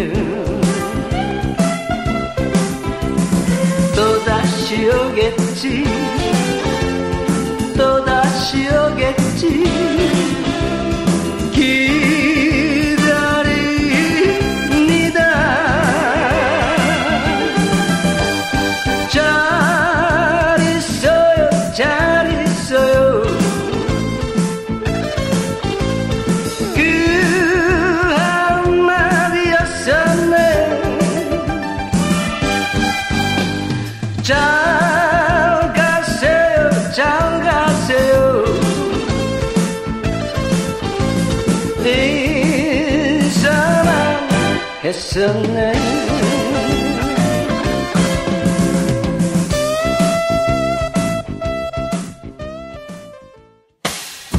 김용민 브리핑과 함께한 시간 어떠셨어요?